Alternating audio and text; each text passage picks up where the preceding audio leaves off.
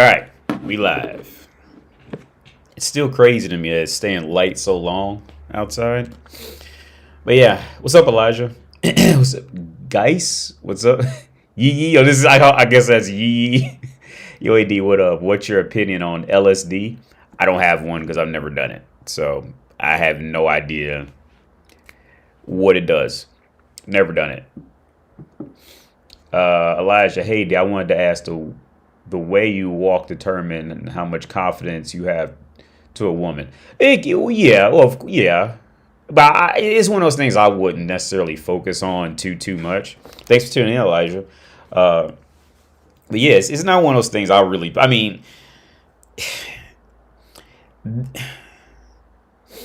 that's one of those things you like in order to get like true advice, you got to find somebody in your life near you that's like that is on some level a decently honest person that's not just trying to hurt your feelings type of shit.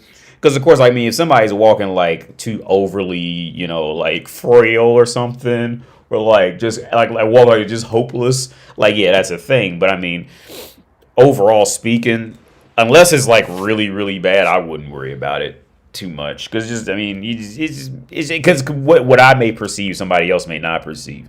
So with things when it comes to like walking, or like how do you exactly approach a woman, or how do you exactly keep a conversation going? Unless it's just too bad, like I wouldn't worry about it. Because it's all going to be a numbers game anyway. And women hate to hear that, but women just leave men no choice but to make it a numbers game. Because if we put too much emotion in any one thing, it's going to get crushed, and it will be so hurt later that we'll never want to try again. So the only way to get over any of that, man, is you just got to play a numbers game with it. You got to cut your emotions and trying to have this premeditated winning strategy kind of thing. I mean, to some extent, but yet, like, you have to just play it. Like, you have to play. Women literally leave men no other option than to play them as a numbers game at a car dealership, right? like most men, and it's just a thing in biology.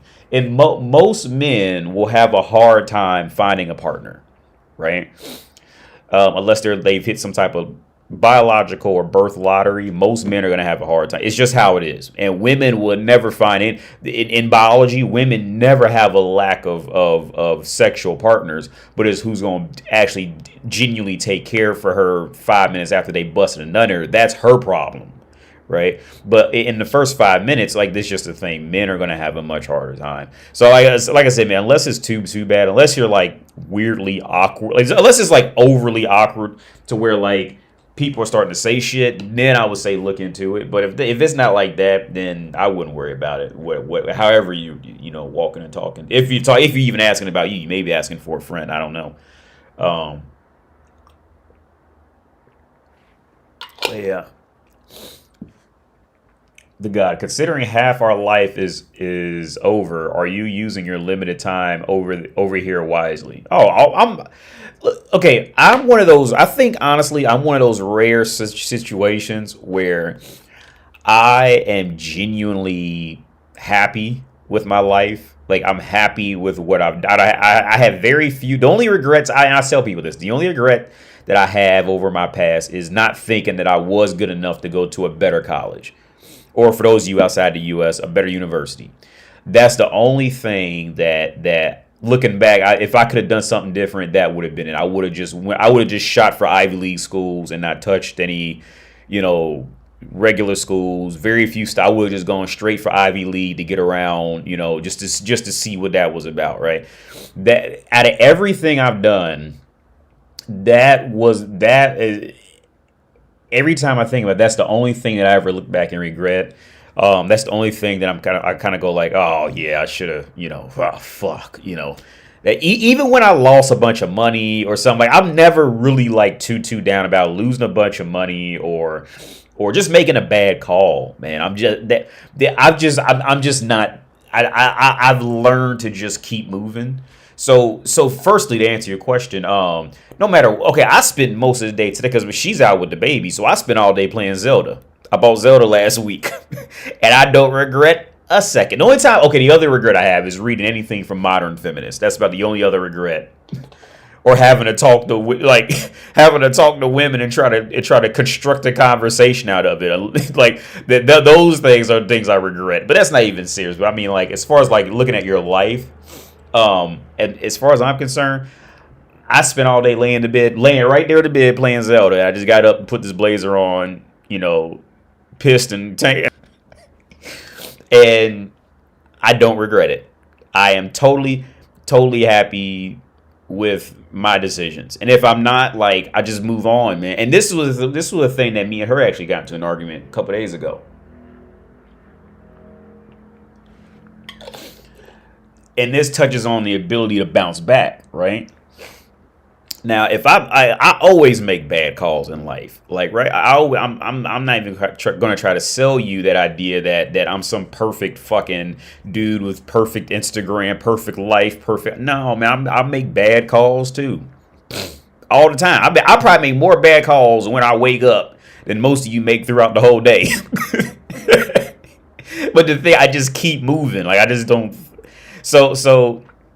The contrast between me and Kratos' mom is I'm the way I am, but she's essentially just the complete opposite of me. She's quiet, she's shy, she tries to say she doesn't care about what people think, but she really cares about what people think. She's essentially like the complete, even with like taste of food. Like, I can tell if I eat something, if I like it, I can pretty much guarantee she's not gonna like it. And if she likes something, I could eat it, right? Like, it's very few things that I just can't eat. I'm a very open person to like trying, especially like foods or shit like that.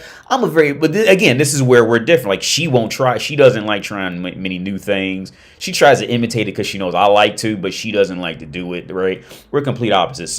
So in the terms of bouncing back, right?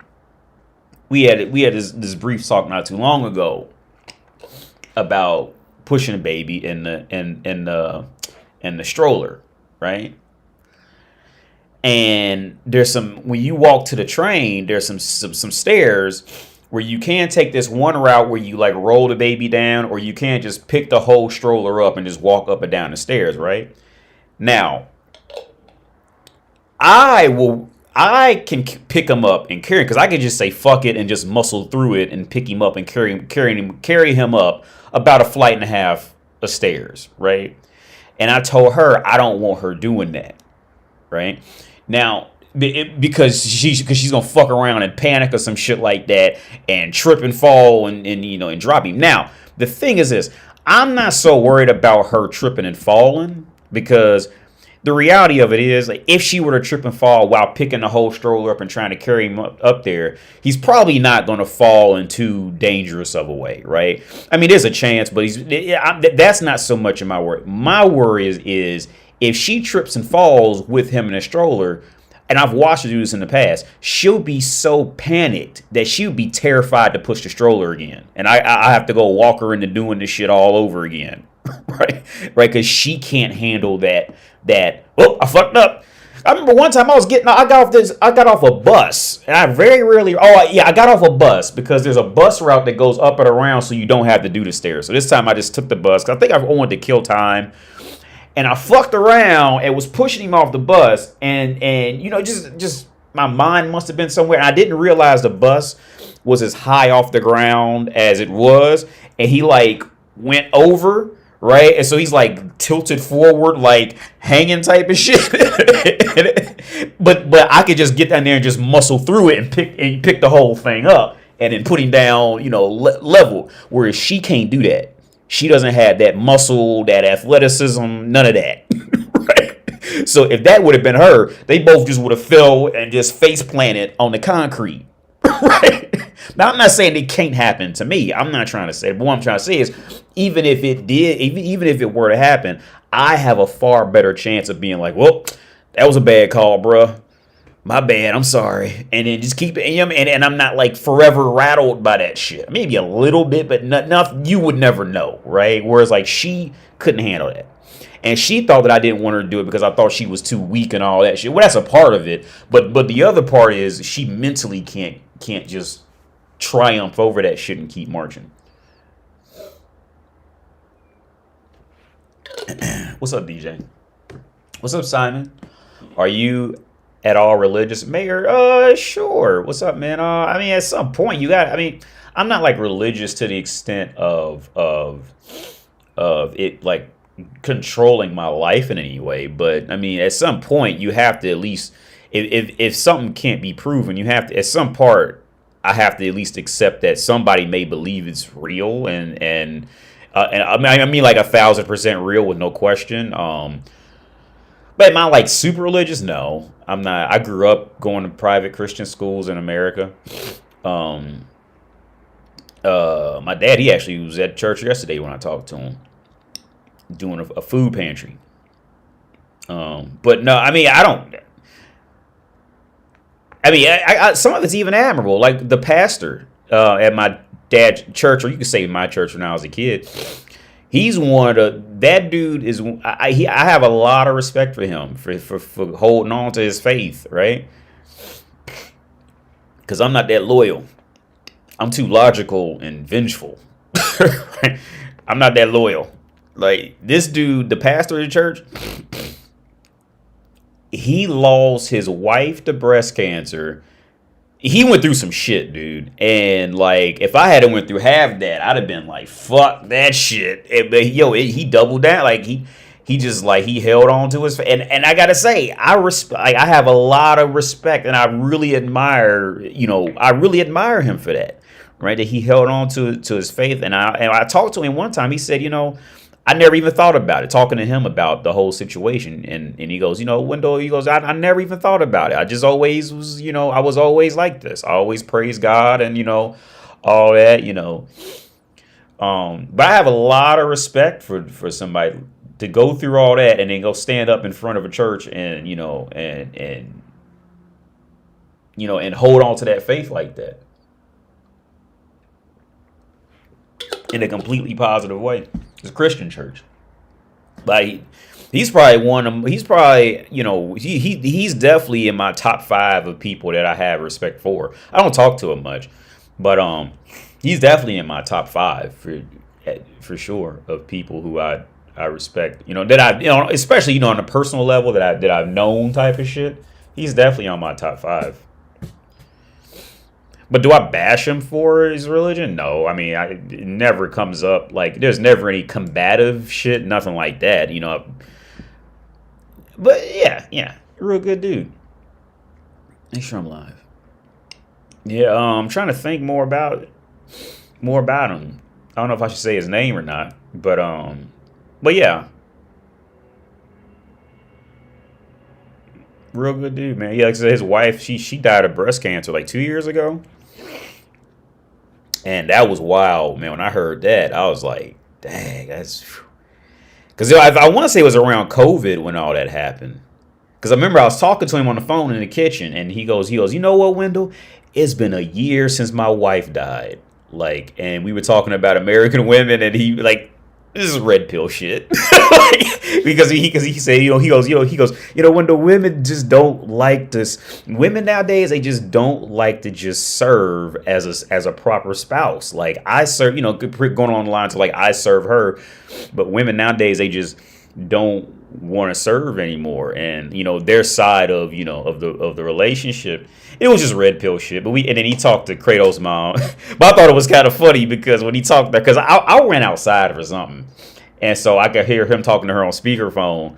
And I'm kind of cracking a jokey joke, but he hit her with the hi. Do you want to come to America one day? And she speaks English, right? But her accent, I guess, kind of threw him off. And being from Ohio, we're not used to hearing many people with accents like that, right? So it probably like threw him. So he kind of hit her with like the foreigner who can barely understand English. She ain't say nothing, but I thought it was funny.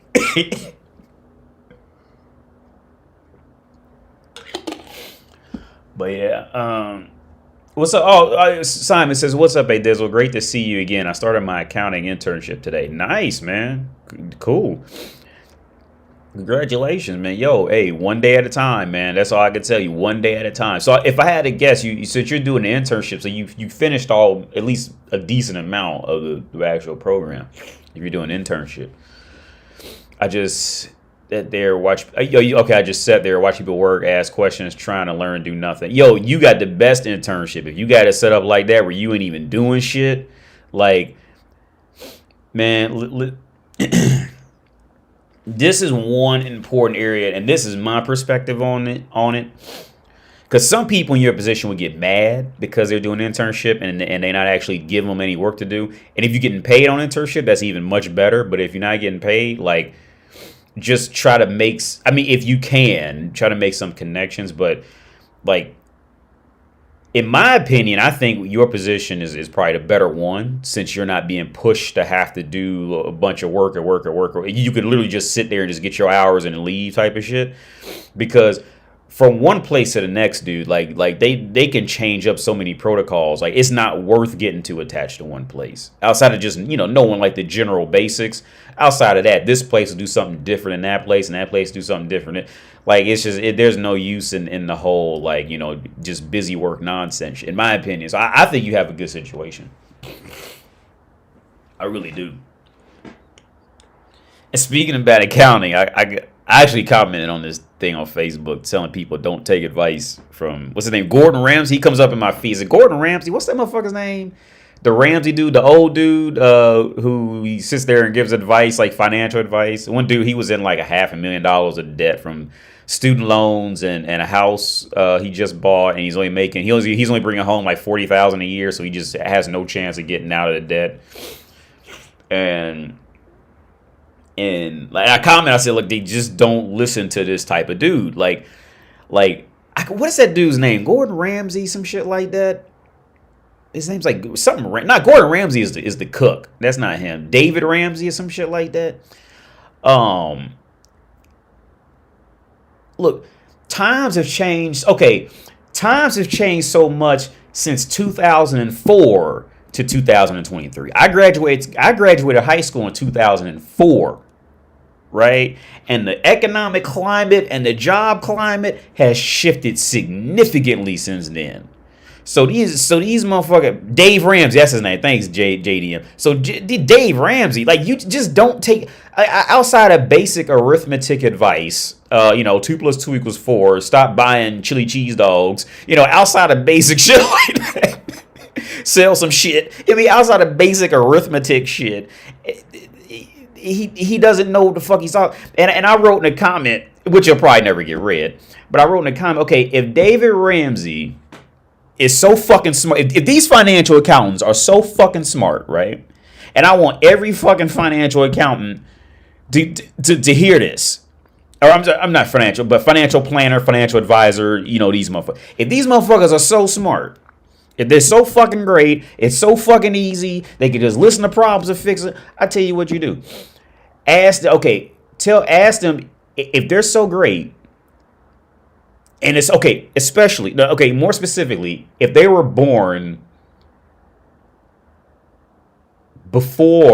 anywhere before the year 1990, right? Like, if they're at least 30 years old and they're calling themselves a financial advisor, if they're so fucking smart, all right, confront them, say, okay, if you're so smart, I want to see you remake yourself and be good. So move to another country, cut off all financial connections, give away all your assets, and I want to watch you rebuild this shit in a decent time frame while you 40, 50, 60 years old. Since you're so fucking great, you're so smart, you're so intelligent, get rid of everything you own, go move to Moldova and figure shit out. Because it's just numbers, right? It's just numbers. From a financial advisor's perspective, it's just numbers. It's a lot more than numbers. It's cultures, it's times, it's social statuses, it's social awareness. See, all that goes into this shit, depending on your walk of life. Some people can just, trade crypto or trade stocks or some shit like that. But for the overall majority of people, it's a lot more than just numbers, man. And that's the part I think financial. And see, this is why I don't like people who only study one field, right? Because they always forget that. See, in my opinion, the people who only study one field, I made this up a long time ago. Okay. And I thought this is important. This is important to me. You have to remember that the sun does not come up because it's 7 a.m. It's 7 a.m. because the sun came up. Right? See, it's that order, that proper order of life, of biology, of humans, of animals, of ecosystems. See, you have to remember that proper order and how everything meshes together, right? See, and in my experience, people who tend to study one field tend to they get so caught up in just one peripheral of life that they completely forget the whole order of everything else. But again, the sun did not rise because it's like let's say like your alarm goes off and it's 6:55 and the sun went, oh shit, I gotta come up now. I'm running late. No, bro, no. It's 7 a.m. because the sun came up. The sun is in the first place. And these little clocks are in second, third, fourth, fifth. They numbers, right? You could even attach some logic to it, but when shit gets real, right? That sun is not following that clock on the wall. That clock is following that sun, right? And see, this is that little part of logic is what tends to separate me from people who tend to study like the Thomas Sowells, the people who only kind of looked at it from one perspective. See, that line would destroy a lot of people like that, right? Because they're trying to think they bigger and better than biology, and we're a part of biology. We're a part of all this shit. We're not better than anything. On the whole scheme of things, we're not. Maybe on like if we just want to make an iPhone or build a bridge, then yeah. But as far as the entire ecosystem, no, we're a part of it. We're in a fucking zoo.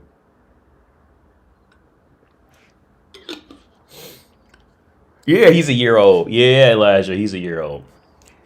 What's up, PTR? I'm good, man. I'm good. Putting up platypus. Dave Ramsey gives boomer simp advice. I guess. Well, I never heard the simp shit. I never heard that. But my thing is like with the older populations and who are like financial advice, I just think they're just full of shit. I think a lot of it is people are just kind of searching for a fatherly figure because their actual fathers won't sit down and tell them or be that brutal or mean or whatever, which I can understand that. To some extent, like you really don't want to be that mean or brutal, so you rather just like when the kid starts crying or complaining, you rather just like your initial instinct is just to shut this little motherfucker up. Now I mean it's harder to work against that grain for sure, but like with Kratos, I'm definitely the enforcer. Like at 1 year old, if I say no, he'll go and then like walk away from whatever he's like. There's an air conditioner sitting right there. He likes to touch the air conditioner, but I don't want him to touch it because it's a matter of time before we'll start pouring juice in it or some shit like that, right? So I want to get him in the mode to be like, okay, I know I'm not supposed to touch this on some level, right? So if I say no, I only got to say it. I say no, but I only say that like usually one time. Sometimes he forgets who he's dealing with, so he'll kind of like try to go back again until I like get up type shit. but he knows, right? So I'm the mommy, she can say no 15 times and he start dancing on it like, hey, it's a party. And I just let it go because that's her role with him, right? I'm the enforcer. Now, when he starts speaking, will it be, I'm sure that's going to add another dynamic for sure when he starts, because now he's going to be, a legit human who can comprehend, words. So now it's like you got to be careful what logic you're going to tell him because he'll run off and, do some goofy shit then. So it's like that's going to definitely add another complication. But yeah, man, with the financial advice from these dudes who are like 40, 50, 60 years old, don't fucking listen to them. Fucking period, dude. Don't. Okay, look, because here, I am humble enough to be honest with you, right? I don't recognize the dating market as a 20-year-old man anymore. I mean, I could try to help for the core basics and what the core of the two sexes are after. But as far as the climate of going to a university or a school or going out there with no skills, no training, and trying to build something up from scratch, all I can tell you to do is gain more knowledge, make your lifestyle around knowledge and leisure. Okay, work is like the third best thing, right? The top two is going to be the top two that's going to be able to keep any type of work going is maintaining knowledge that you're genuinely interested in and balancing it out with leisure. Right, because once you keep those two going, now work, you can, if you work 5 days a week, you can manage that a whole lot better. But once you lose yourself by not having knowledge, or once you've been overworked to where you're not even getting any leisure time, right? Now, see, that's when you start getting old and you don't have any interest anymore. And then next thing you know, you're gonna be that 48-year-old motherfucker out there doing yoga, talking about some. Because you done forgot who the fuck you are. You don't even know what the fuck you like anymore. So now you following everybody else's advice. What are other people who hate their lives doing with their time? We're doing you. They're going to. No, because the reason them goofy motherfuckers out there doing yoga because they done lost track of who the fuck they are. They don't know who the fuck they are anymore. Outside of going to pay for food in a restaurant, trying to fucking buy a new car or buy a new microwave, they don't know how to do anything except buy something anymore, right? So so when they hit 48, 50, 55, now they even more confused because they didn't even realize that they lost track of who the fuck they are. And outside of buying a car, buying some shit, that's all they know how to do. And then they end up 45, 50, 55 hours either doing this shit or drinking themselves all goddamn day and all night. Every 5, 6 days a week. Right? So that's why I'm always an advocate of learning and being completely comfortable with yourself with whatever your leisure is. I would advise, as long as it's not hurting anybody, because the work, you'll always find that in some way. You'll always find work, okay? In some way, you'll either stumble upon it. You might go a little time, but here's the other part. Like trying to prepare for everything, there's just no way of knowing what's going to happen, right? Because I was listening to some of those stories, like with people going through the housing market and they end up losing money on the house, and end up owing a shitload of money. Or they got a good job and did something stupid and got fired and never worked in the field again and had $300,000 in student loans all on this shit. It's tons of stories that there's no real or there's some people who was never in debt, got a great job, went out and worked that great job, then developed a gambling addiction, right? And end up losing $600,000, right? There's so many there is no overall one safe way to protect from downtimes in life, right? So again, that's why I'm always an advocate of learning. Just as long as you have one or many fields that you're interested in, that you can always kind of take your mind off and go just have thoughts, your own thoughts about something else. And you could find some genuine happiness, whether if it's just building Legos or if it's playing Zelda Tears of the Kingdom, whatever it is, you have to have something that is yours, right? Or if it's painting with a 15-cent paint set in the park or going to the library all day, whatever, when you have to have something that's yours, that's not ultimately relying on you working some job to be able to fund it. For the most part, something that's not like $500 a month, $1,000 a month for a golf membership, some shit like that, that's ultimately relying on that job. See, that's when you end up completely lost, fucked up. That's when all that starts. And then it just,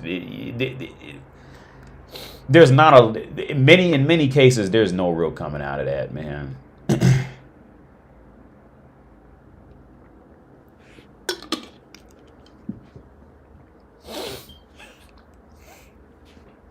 If you want good health, then go to the gym. Yoga is to go beyond mind and body.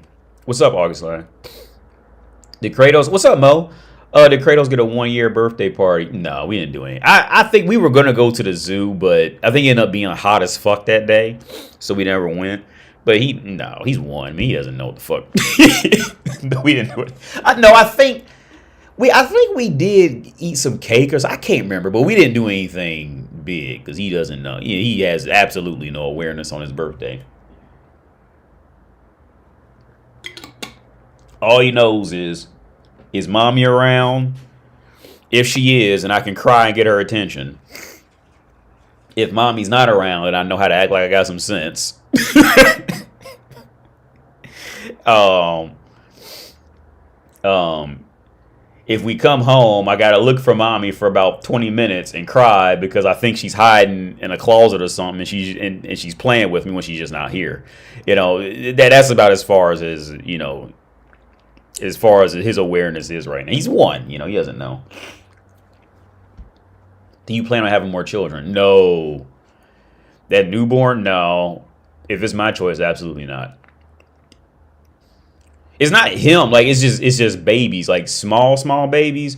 Like, and it's only when it's yours because you're with the motherfucker, right? Because I remember there was this dude in the elevator. They just had a baby, and it's small, and that motherfucker's like crying. But like when it's yours and the baby's crying, it's just like. Is almost on the same lines as like nails to a chalkboard. But when it's not yours, it's just, it's annoying, but it's not, it's like, oh, shut this little motherfucker up. Like, and that's it, right? Because you don't have to go and sit down with it for 2 more hours after that and, hope it goes to sleep.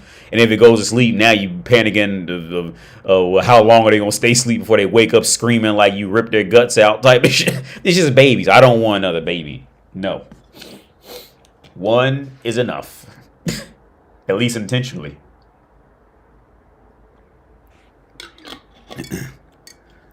But yeah, man, no. Like I said, it wasn't my baby, so I'm just talking to him in the elevator. But when it's mine, I ain't trying to talk to nobody. Cause and to be fair, he really wasn't. Kratos was good. It was probably the first. It was like the first 2 months was just like complete hell because it was hot as fuck.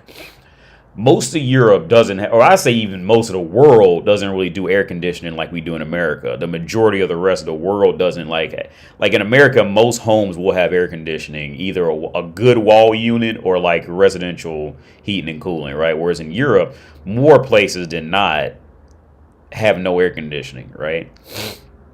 So I didn't have any air conditioners when he was born. It was hot as fuck. Her flat had flooded. It was just like, and then it was just hot as fuck. So, and then he was just a newborn, and it was just like the first about 2 or 3 months was total hell. And it started to calm down around 3 to 4 months. And luckily he's been good he's historically been good at night.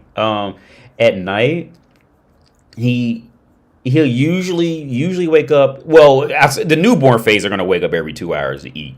But after that newborn phase is over, he was pretty good. We didn't have many problems. Like other couples, I've heard other couples have issues where like the baby just, the whole sleep pattern just completely flip, or they'll just be up crying all night. Like we didn't have any of that. There was a couple nights he woke up screaming like somebody cut his arm off. That was only a couple nights, though. Usually he just wakes up and just wants a little bit of milk and then, just goes back to sleep. The crying shit, we were lucky with that. We were real. I think, as far as I know from speaking to other people, we were pretty lucky with that.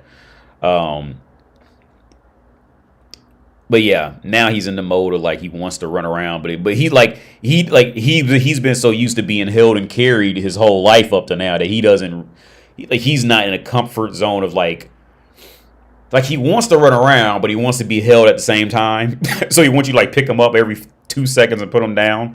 So he's going through that. But no, do I want another kid? No. There's those first 2 or 3 months is just absolute hell at minimum, I would say. I think we did really good with that. We got really lucky with that. Do brothels have air conditioning? Please tell me they do. Yeah, oh yeah, KS. Yeah, so the brothels here, man, like, yeah, no, okay. When your goal is to get women who are attractive, you have to invest some money in that shit for attractive women. So yeah, no, they're going to be air conditioned. Like I said, okay, but before I'd ever gone to a brothel, man, my idea of a brothel was going to be like some smelly place that had like the like fat hookers in there, like smoking cigarettes with like those shitty nightgowns and, you know, condoms stuck on the wall, sleeping. You remember those cots that you slept on like in kindergarten or some shit like that? I was imagining it was gonna be some filthy shit like that. But no, if anything, well, okay, if anything, it's gonna be more dressed up, or it's gonna be clean and climate controlled. It's not gonna be cold or hot when you walk in there. For the most, I don't remember it ever being like that. When you deal with women, you're going to have to dress. You're going to have to invest to keep attractive women coming back. You're going to have to invest into it, and that's what they do.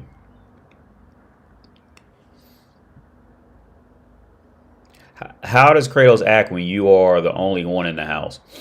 Oh, for the most part, if we're just sitting in the house, for the most part, he's fine until he wants mommy to hold him again. And then he goes, so sometimes he, at least at one point, like he kind of gets withdrawals from not having mommy to hold him type of shit. At least at one point throughout that day, like, because there's been days I'll just be alone with him like all day throughout the day type of shit. So at least there's like a good 1 or 2 times if we just sit in the house all day, he'll get like withdrawals or want mommy again type of shit and like flip out. But outside of that,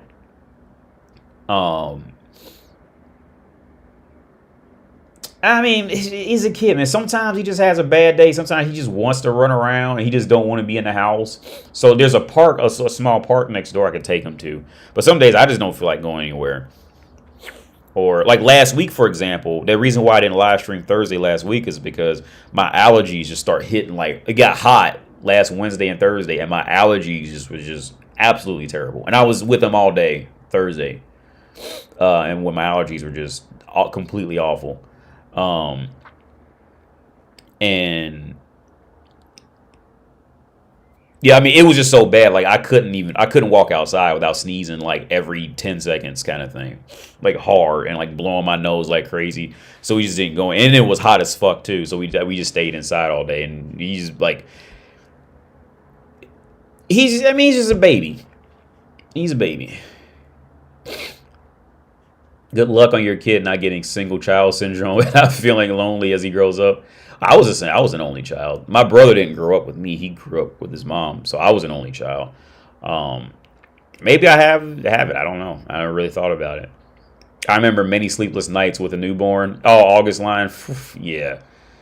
No, it's just that newborn phase. Like, I can deal, like right now, like, I could deal with him now and being like whiny and all that shit as long as he can get up and do. The only thing that he does right now that pisses me off, and it's just like a me personal thing, like the what I hated the most about newborns is the fact that like they just can't do anything but literally just lay there and cry, like, or go to sleep. That's all they fucking do. So you're just being like continuously tortured the entire time with like and they just give absolutely nothing back. They're not smiling back. They're not giggling back. None of that, right?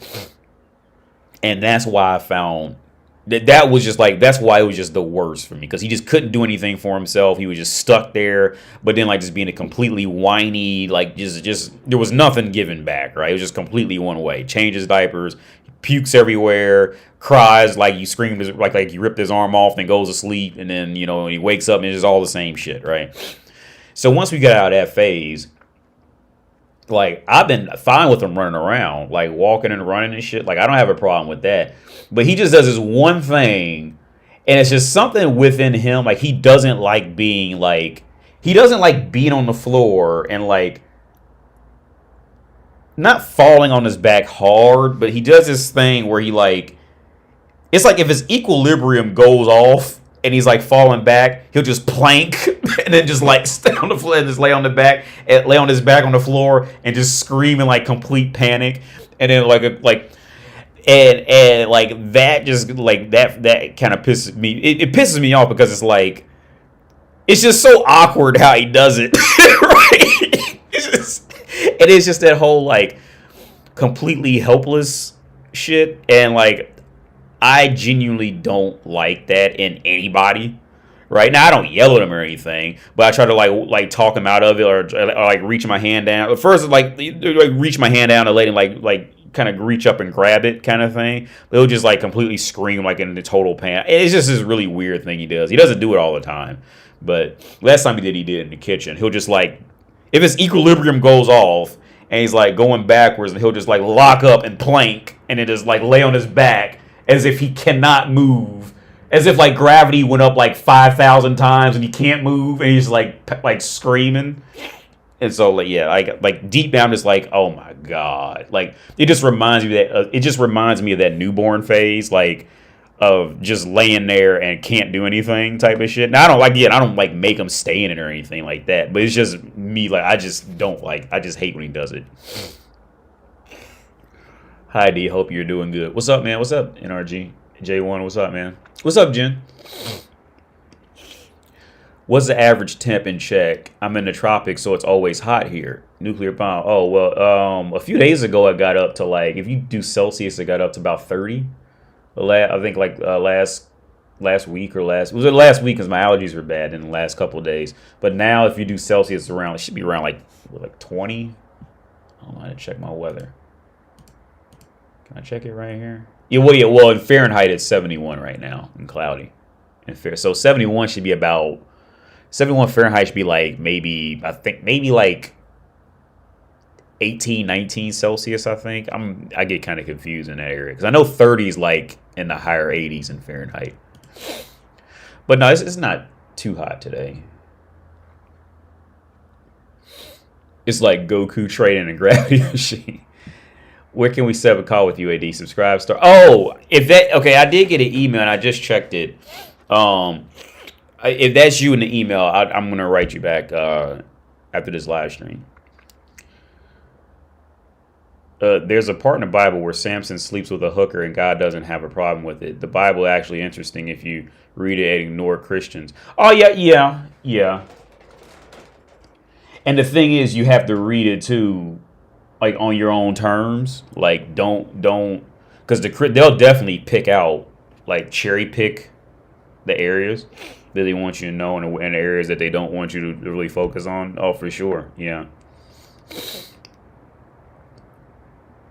Hi, Eddie. I'm off today suffering from a bad flu. Glad you're streaming. Word? A bad flu? Damn, in June? That's crazy. Were you in like South America? You in like South Africa, South America, some shit like that? Where it's wintertime now? That's crazy. That'd be crazy if you got the flu in the middle of summer. I miss South America, man. Like, I miss going south of the equator like that. Like when I was in Buenos Aires, it was wintertime, and like their winters were like a joke. Like compared to like Ohio winters or like Czech Republic winters. I say Ohio winters are probably even worse than Czech winters. But the winters in Buenos Aires was like fucking nothing, man. Like nothing. It was a joke compared to our winters for sure. It's not me, but if I have to send an email first, I'll send you an email. Well, I tell you, yeah. I say, yeah. No, NRG, send me an email, man. For sure. What's up, AD? The Bible is a history book. Word up. But yeah, man.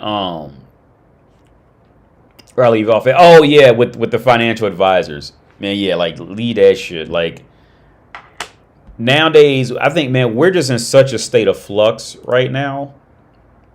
Like the world is in such a state of flux that trying to fucking seriously,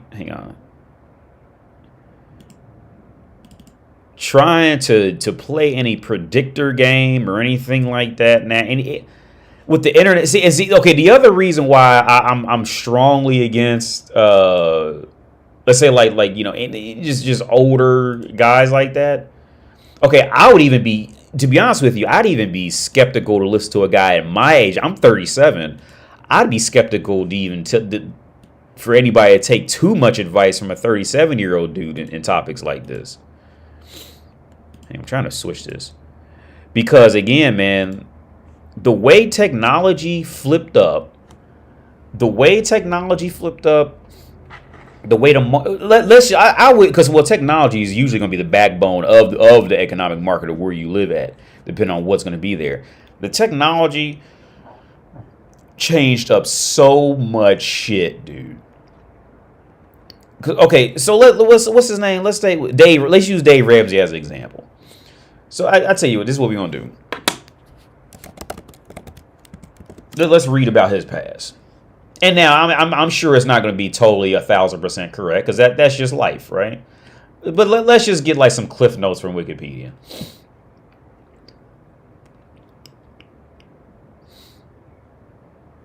So let's see. So in 1988, he founded a financial accounting service. Okay, and 82 years after I was born, and in 1992 he wrote self-published book Financial Peace. Right now, at first glance, I don't know how to zoom in. Fuck, how do I zoom in? I don't know how to zoom in. Oh, wait, I got to use this. So, see, at first glance, in an outdated, in outdated thought patterns, you would think that this would be a great. You're like, oh, he has a lot of experience. He's done it since 1988. You're like, and then here's the reality on it. You would think that this is a great thing to put on a resume, that they did it in 1988. They've been doing it for 40 years. And see, this is the downfall of the older generations, of that outdated mindset of just thinking just because you've done it longer that you're automatically better and you have more knowledge in it, right? Okay, in that time period of 1988, this was roughly 20 years before the internet had completely taken off. Right, so these now, granted, in 1988, it was let's okay. This was just a different time period. I'm thinking back to when I was a kid. I was born in '86, right? So when I was a kid, roughly, let's say like early to mid '90s, information was essentially strictly forbade, whatever the fuck, to a certain circles of people who just ran in that world. There was no way to go out there and there was very few ways to go out there and find cliques or groups like that who would happily accept you in, unless they were going to try to rob you, some get-rich-quick scheme, which there was a lot of those back then. Even now, but there was a lot more of them back then. So even then, you really can't have too much value in this, because again, it was all just the circles of people he stumbled into and got to meet because of his culture or he was living or whatever the fuck like that, right? So this is not the flex that I think many would interpret this as. And also on top of that, first off, the information was very segregated, right? Then on top of that, it was a different time. People didn't learn anywhere near as many loopholes and how to screw the system over, how to swindle it, whatever the fuck, right? So he was at the top of the game back then. If you got any type of real estate accounting back then, that was not common back then. These professions were not. So if you walked out there and said ROI, you were okay. When I was in 1995, if you had walked outside and literally just said the letters ROI consecutively, people would immediately think that you were a highly intellectual business owner, right? And remember, and also you got to keep in mind, back in 1995, see, this was a lot of when those get-rich-quick schemes were just rampant in the U.S., right? And you could look it up for yourself. The get rich quick schemes, the pyramid schemes, tons of them, dude. It was tons of them that I'm even embarrassed to say I know many people who got caught up in that shit, right? Because back then, in those years, one part of the scams were they would go to like these lesser educated populations, these undereducated populations, and dangle the word. And they still do it now, depending on where you're going on the world. But back then it was much worse. And they would dangle in their face, you could be your own independent business owner, right? Now it'd be a scam, but they didn't know that, right? And these things ran rampant. It was just almost a lawless land for this shit, right? So I'm trying to tie this back in to this scenario, but this is not the flex that many would interpret this. This is a totally different time period. It was just a different time, right? The 80s to the 90s. It was the information that the amount of money that he could have earned with the information that he had in contact with back then. Okay, nowadays that'd be entry level at fucking Arby's. Right? Motherfuckers in Arby's know this shit right now, or Arby's, let's say McDonald's, right? But back then he can get away with that. Okay, it'll be the same thing like maybe how Red Pill would be like in 30 years from now, right? Men are just now starting to walk around and say, you know, bitches do dumbass shit. She's only after your resources. Look at biology. See, right now, any old regular dude can come on YouTube and start saying this shit, and somebody's gonna be like, oh wow, because I never thought like that before. But 30 years from now, you know, when the shit when people are comfortable with the knowledge, it's not going to be any importance, right? It's not going to be so. With situations like this, whenever you there's nothing really here outside of basic arithmetic. Like, I mean, I hope he, you know, I don't want him to die like a homeless bum or anything like that, but there's nothing here. And these financial advisors, they're just bullshitting. But like I said, even for somebody in my age group, I would be hesitant to recommend you, anybody watching right now, I would be hesitant to recommend you somebody in my age group. Because again, when I was 20 and was figuring this shit out, the game changed so much from that. Right? Again, when you talk about the internet taking off and so many people were allowed to start communicating and learn and read between the lines and learn and build on top of that. Look, dude, it's people who are my age and 1 or 2 years older who just cannot adapt to Xbox Live. They just don't get it. They don't get, not the fact that it's video games, but the fact they just don't get social media. I mean, you have some of us who can adapt to it, and like for myself, like I was always kind of into electronics and video games and shit, so I always kind of knew, and I never left it for too long. But there's a large part of the population in my age group that just does not, they don't get it. They just and they don't want to get it because they're like, look, that's not part of my time, right? I'll be hesitant recommending anybody who's over 35. And I've said this before. In my honest observation, I say over the age of 35, I think most people need to take a psychological evaluation after the age of 35, because there's a lot of people who are employed over the age of 35 who really don't need to be employed. Because they working off knowledge from 20 years ago, right? And they're not gonna let it go.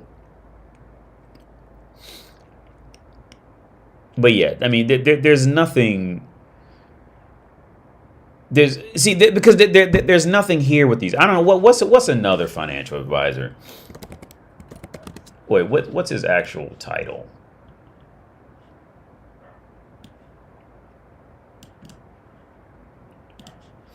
So let's do this.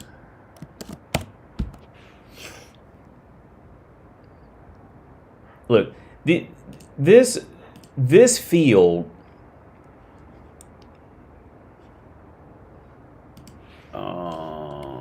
let's just do, well, no, if near me is gonna be in Czech Republic, but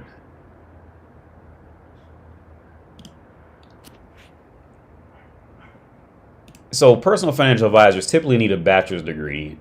Yeah.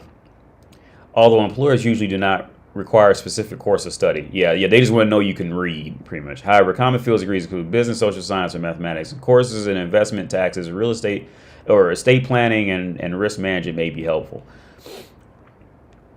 Look, nowadays, okay, I'm trying to think about how to put this in and not say the same thing over and over again.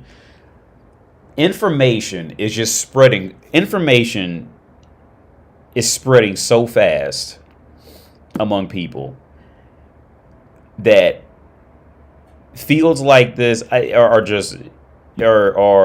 essentially worthless for anybody who can pass elementary level arithmetic. I think the deeper thing is people just need to hear somebody else say it. Because here's the reality, man. When it comes to numbers, look, some days you just not gonna have the numbers. Some days you're just not going to have the $50, $75, $2,000, whatever it is. These are just realities, right? You're just not going to have it, right? Something's going to happen, whatever. It's life. Things happen, right? And okay, if I had to get, if I had to give my opinion of where I think all this is headed, is I honestly think that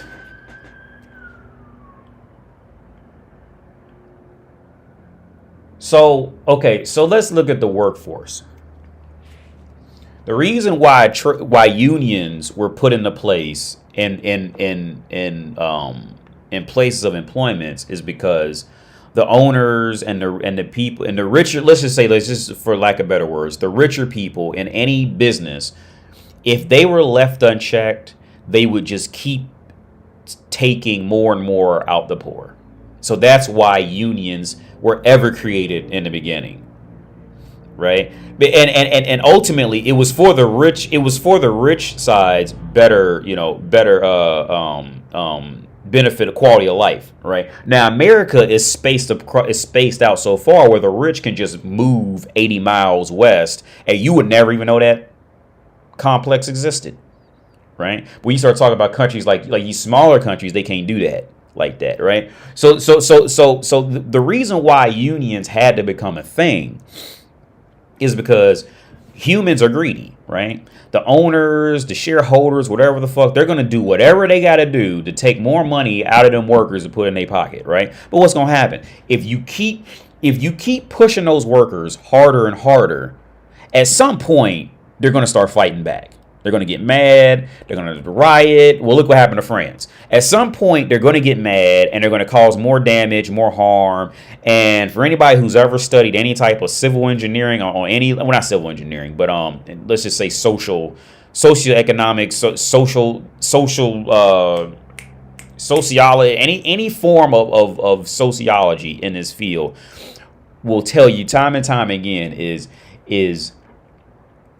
you don't want the people to lose trust and faith and belief in the country, state, whatever you want to call it, right? Because once you lose that, now you're going to be at high risk of it taking a much longer time and much more money to build it back up, right?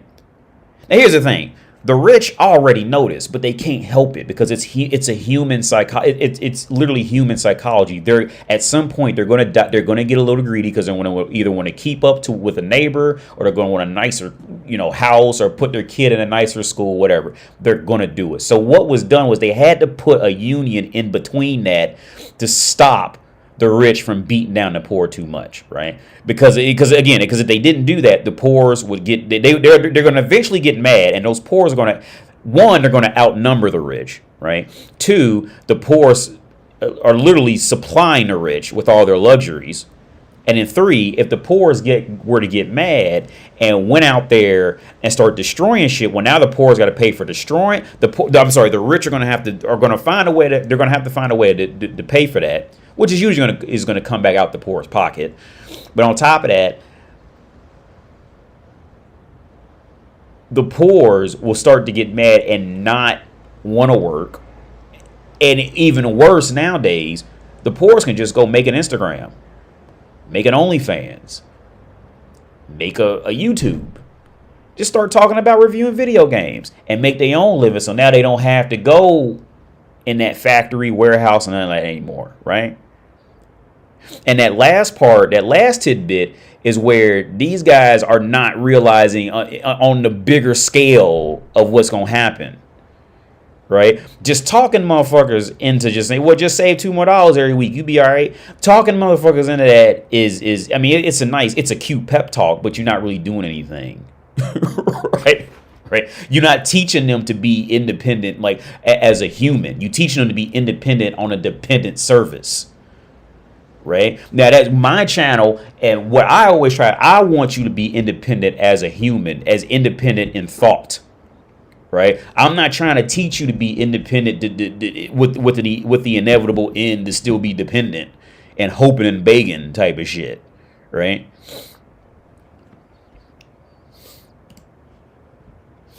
AD, have you heard of AI slowly taking over jobs at fast food places in America? No. No, I haven't heard of that, but I'm sure it will. If you look at Walmart and we even stores out here, they got where you can just do the self checkout shit yourself.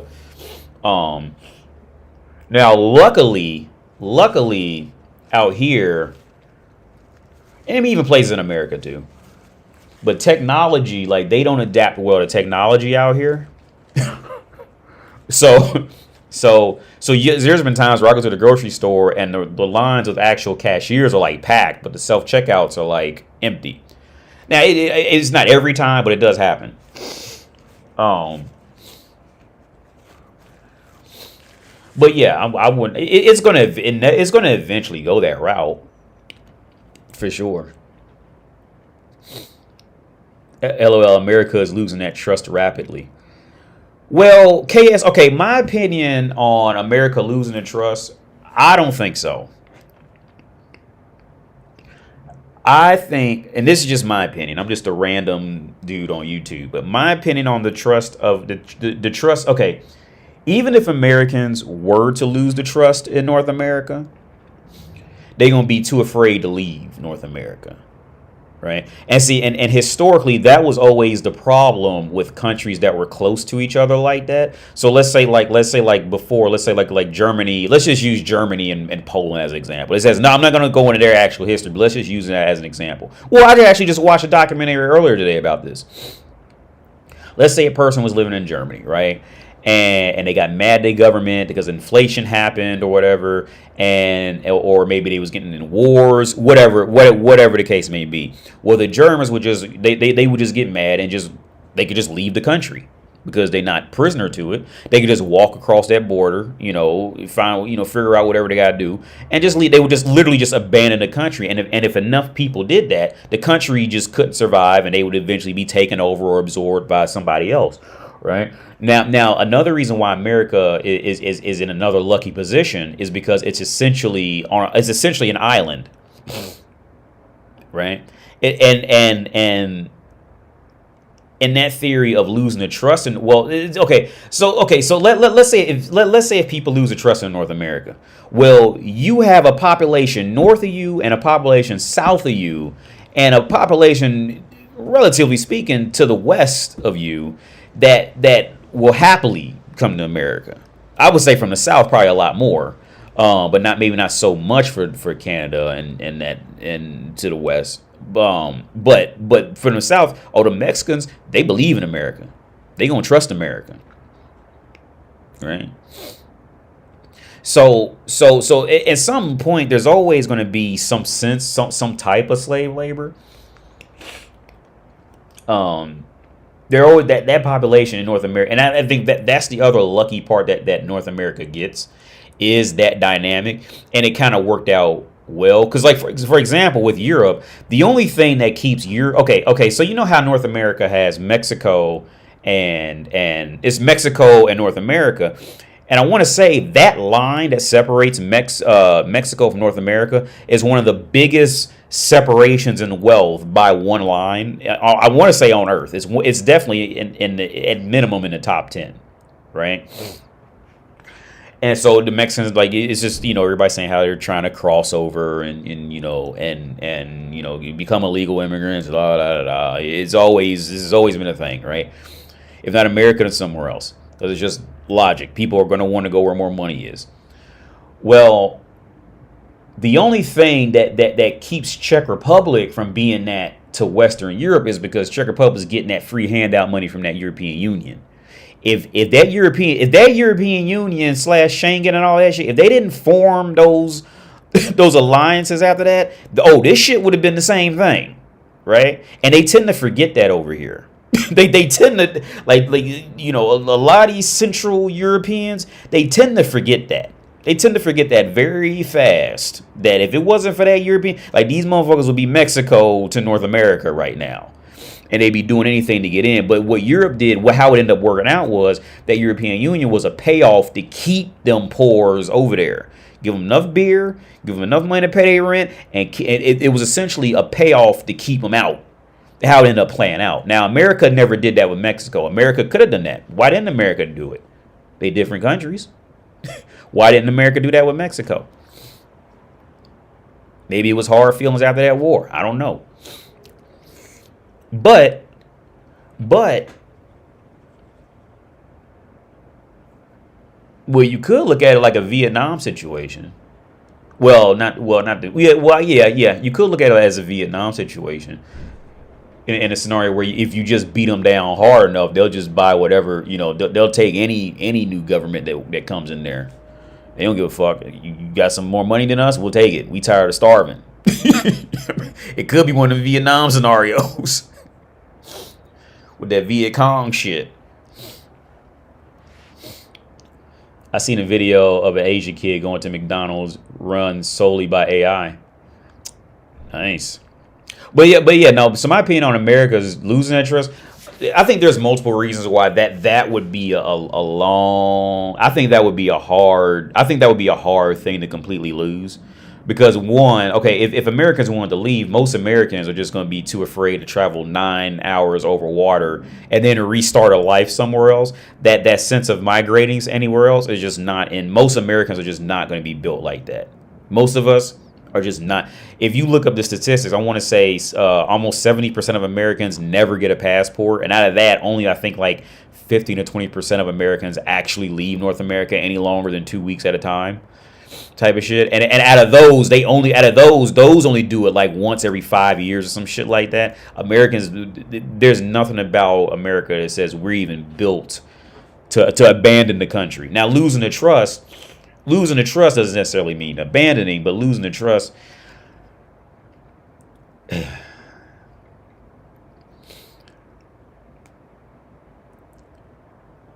See, this is another part where I think it's going to be a hard thing to go on, because again, trying to predict, things are moving too fast. Now we have the cryptocurrencies.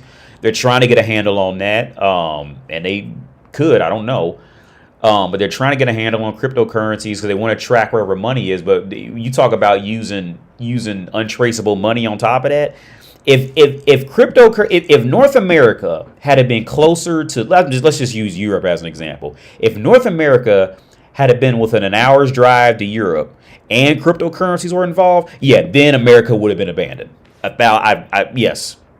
Yes, America would have been abandoned. But it's that distance. It's the distance on top of love for the U.S. dollar, and people just don't want to be foreign anywhere. It's a nice combination of what's holding America together, right? But I say 70% of it is because it's so separated. Nobody's gonna know. There's nowhere for Americans really. Americans don't even know. Most Americans wouldn't even properly understand the correct protocols, the thought processes in actually leaving, right? People talk about they was going to leave when Donald Trump became president.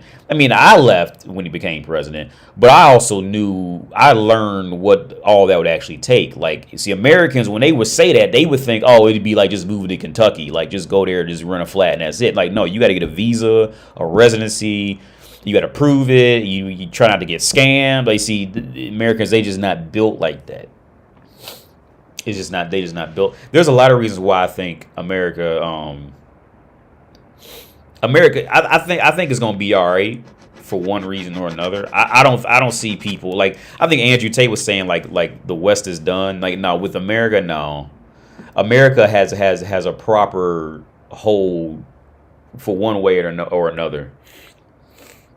And a lot of it was luck. But I think from respected school systems throughout the world to depending on where you come from, higher wages, to now I think the American dream is finally starting to die out slowly, and people are becoming aware of that. But even with that being said,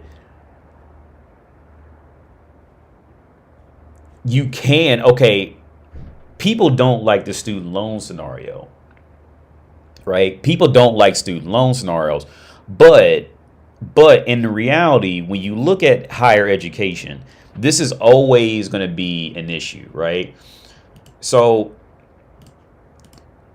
now the issue with let's say higher education is in America. Let's use America. America is, You got to pay, your ass cheeks to go to school, right? Whereas over here, it's essentially free, right? Now, the thing is, over here, the testing is supposedly much harder than it is in North America, right?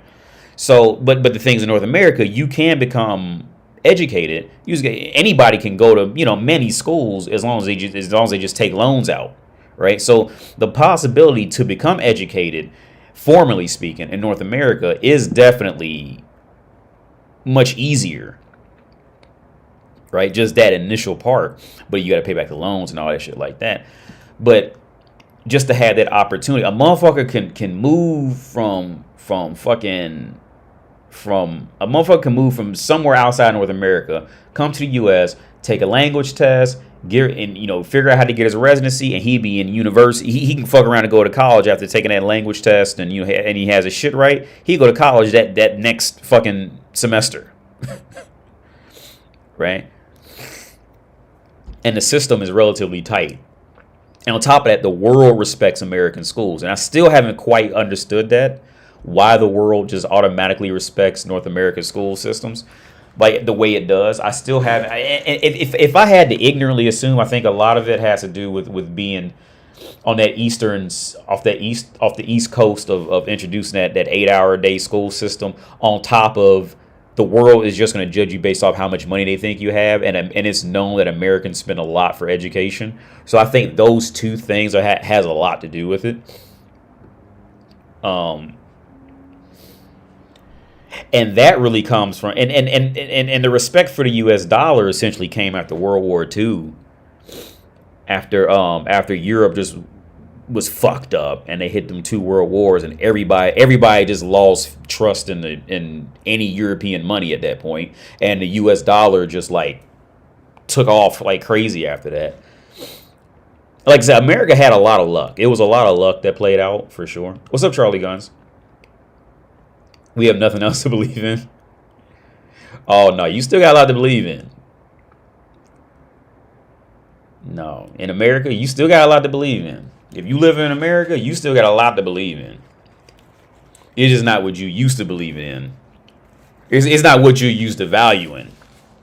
But you still got a lot to. I mean, I'm not trying to oversimplify it. It's rough. It can be very rough in North America. There's a lot of families living paycheck to paycheck and struggling, right? But you still got a lot to believe in. You just don't know it, right? The fact that you can write that sentence, I'm guessing without a translator, and you wrote that in fluent English, right now you can go get a job. One of them Asian countries will fly you out, pay for your plane ticket, pay for your training, and give you free room and board to go teach English in one of them little Chinese schools or Korean schools, some shit like that. Right? But you don't know that. I mean, not you personally, but like Americans they're not used to even thinking in that path, right? Whereas like these people out here, now they used to thinking like that. They'll go do the au pair and whatever the fuck like that. Au pair, I'll probably pronounce it wrong. They'll go do it, right? So, no, you still got a whole lot to believe in. If you're American, the fact that you got that American passport, that, you know what motherfuckers will do for an American passport? No, you still got a lot. Americans, you still have a lot to believe in.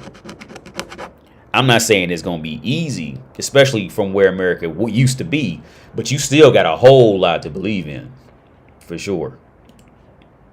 You still got a whole lot of options that you don't even know you have in the world. But again, that goes back to what I was saying earlier. Most Americans just don't leave. If Americans were to leave, or if they can afford to leave, or whatever, like, you still got a lot. You still got a lot to believe in, dude, as an American, for sure. You need a degree for those Asian countries to teach English. I don't have one. No, you don't, Gary.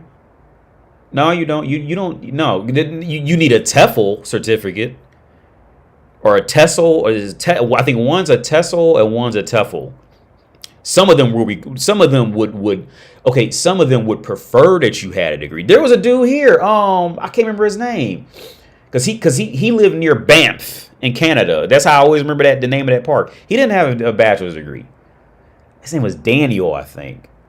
He's a Canadian dude. And I thought he was a real polite dude. Come to find out, that motherfucker was crazy. Like, he told me about his past. That motherfucker was wild. But he didn't have a degree. Oh, let me close. I think that window's slamming in the other room. I'll be right back. Shut this window.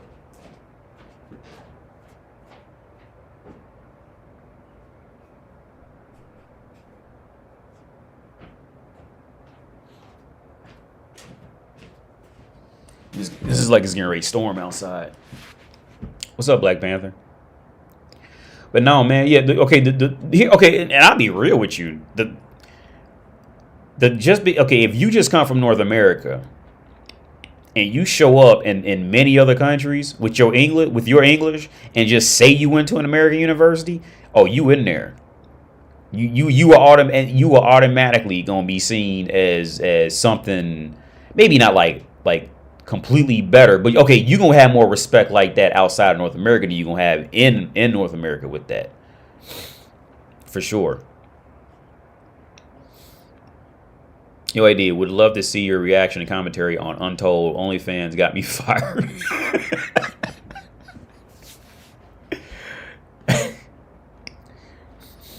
But so, KS, do you think brothels will be legalized in America within 20 years? Well, I've seen gambling's kind of taken off in both the UK and the US.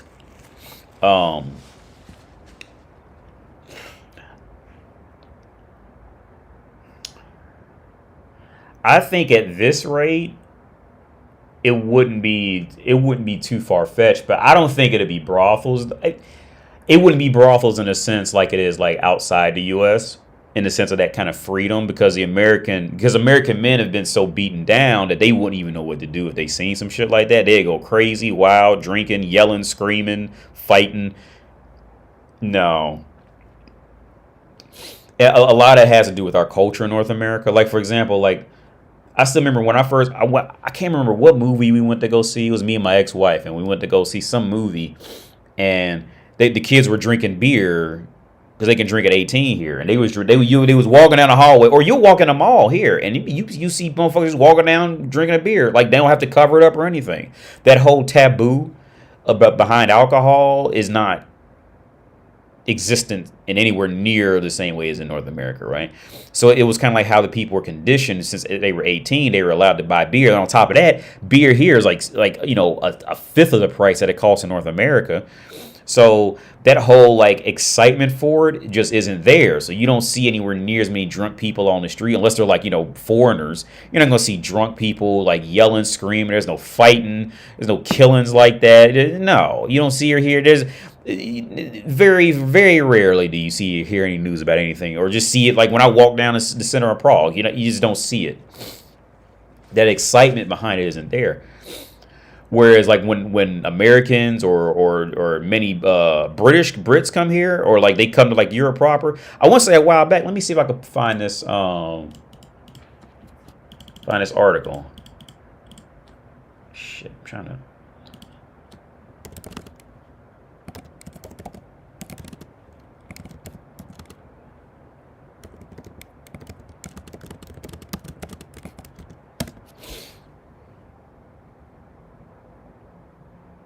Yeah.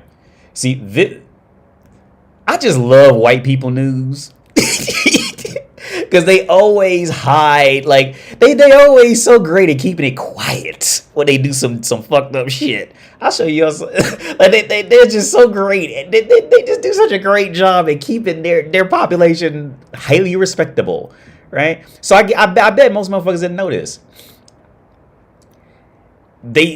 They don't want New Amsterdam legitimately as British men to stop coming there and destroying the shit. Did anybody know this? And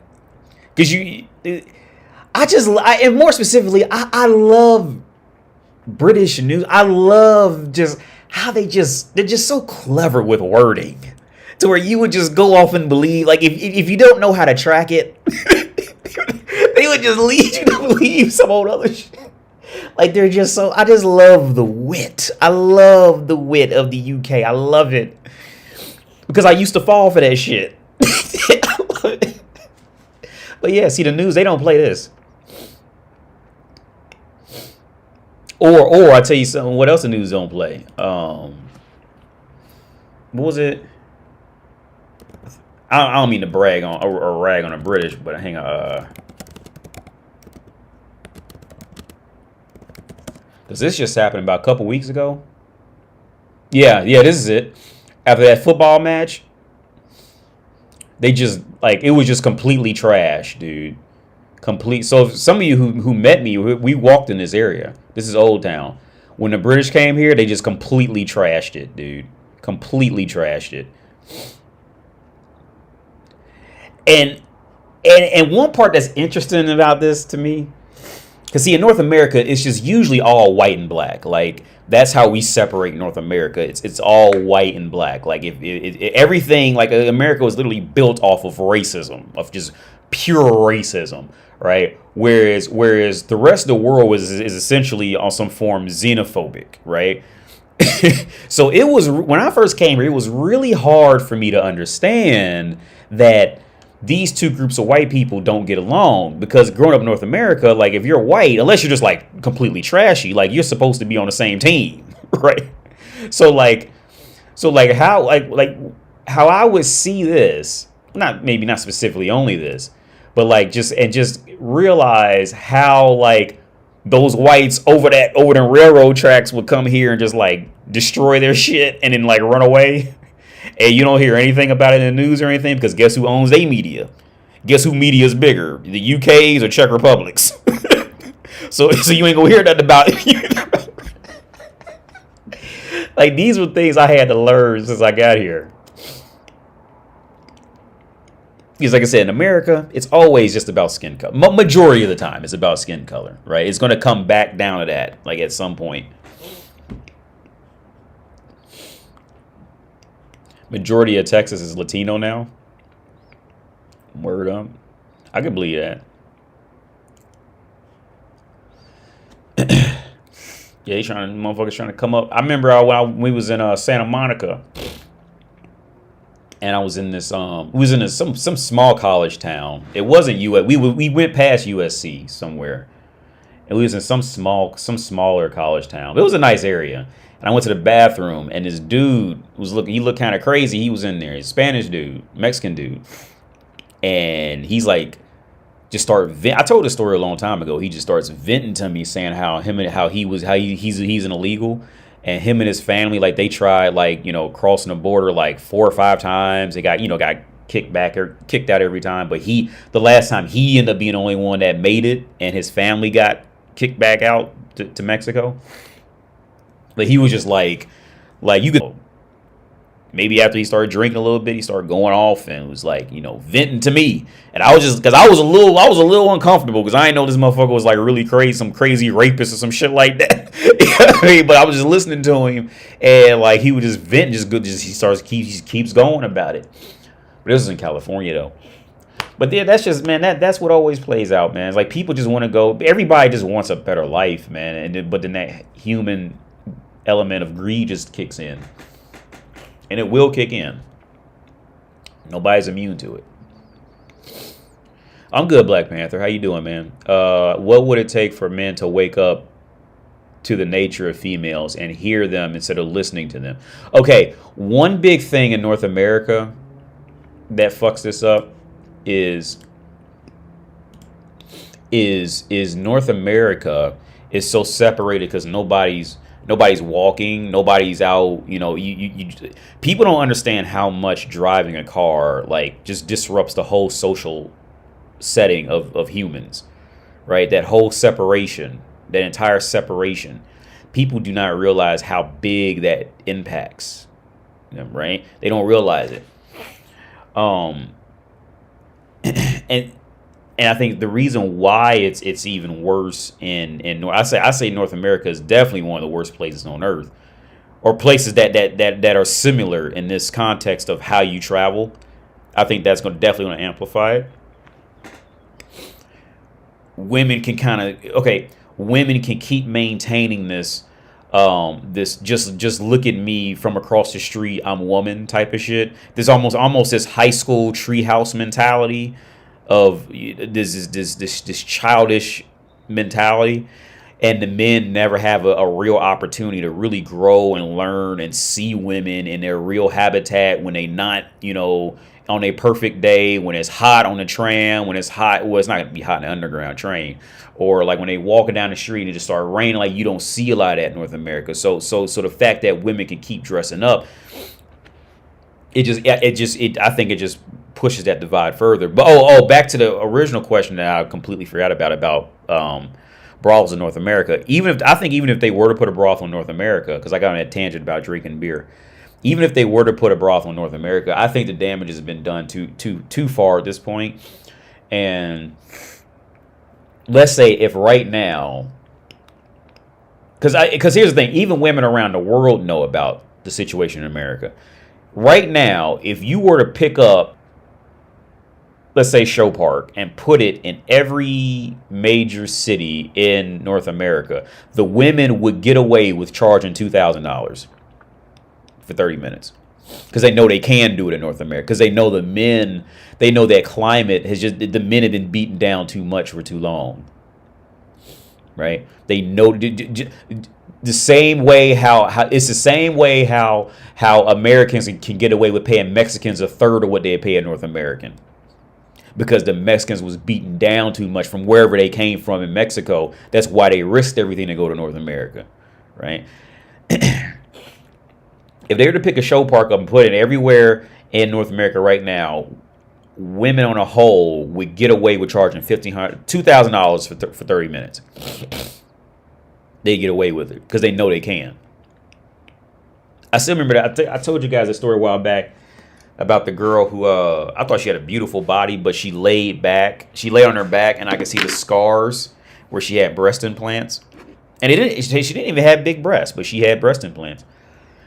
And she told me about how when she would go to America, it was just so easy. Like, guys would just send her $500 on Cashapp just to talk to her. Now, we're not Cashapp at the time. It was something else. But they would just send her $500 literally just to talk to her. Like, and she said it was amazing, but she couldn't stay because they're not going to let her work as a prostitute in North America. Right? She can go to Germany and work as a prostitute on her visa there, but America's not going to do that. America doesn't let in. They're not going to let you work as a prostitute or anything perceived as prostitution. Like, I want to say, I don't know how true this is, but there was a girl who, I think she flew to North America, and she put her income down as OnlyFans, and they wouldn't let her in.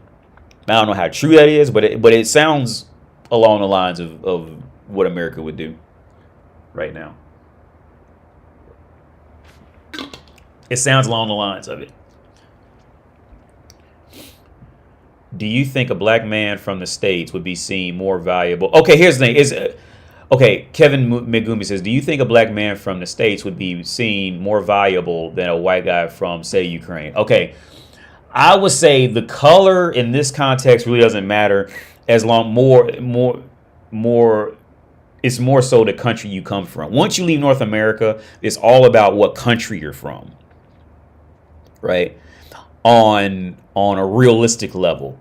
And so when I say on a realistic level, let's say in America, a Ukrainian man comes to America, and or a Polish man comes to America, and or a German man comes to America, right? Well, Americans usually don't know the European dynamics and value based off what country you come from and your country's history and all that. So they would just see all of them as white gods from Europe, right? Especially depending on where you were. They would be viewed as, oh, he's from Europe. I remember I was in the car with a woman, and she asked me, what time do people go to sleep in Europe? Like, dead serious. Like, she was dead serious. What time do people go to sleep in Europe? That was a legitimate question she had. I said, at the same time, everybody go to sleep anywhere, just their time zone. Right? But this is the dynamic, right? So, I mean, being a black dude, first, it has to kind of be figured out where you're from first. Then it's, okay, yeah, you know, they're going to like you or they're not going to like you, right? Especially once they get deduced that. For example, there was one woman, I told her, she owns this clock shop, and she asked me where I was from.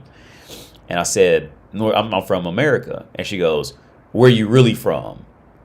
As in, I'm from Ohio, I'm from American. Because she wanted to, you know, She was trying to infer that, oh, I must have been one of those immigrants that got to America, and I just say I'm from America because see, this is how they can do that whole weighing game of how valuable you are in the world, right? And it's fucked up. It really is, right? I've always said it's fucked up. I'm not happy about it. The fact that I win in this, I'm not happy about that shit, right? Because it would get so bad that when people would ask me where I was from, I'd just say I'm from Africa, right? But they could tell by my accent that, no, you're American. But, because American media, again, they hear American English all day long. But yeah, it would get so bad I would just tell people I was from Africa because I would rather them view me in their shitty perspective as lesser to see how they would really treat me. But I'm not happy about it at all.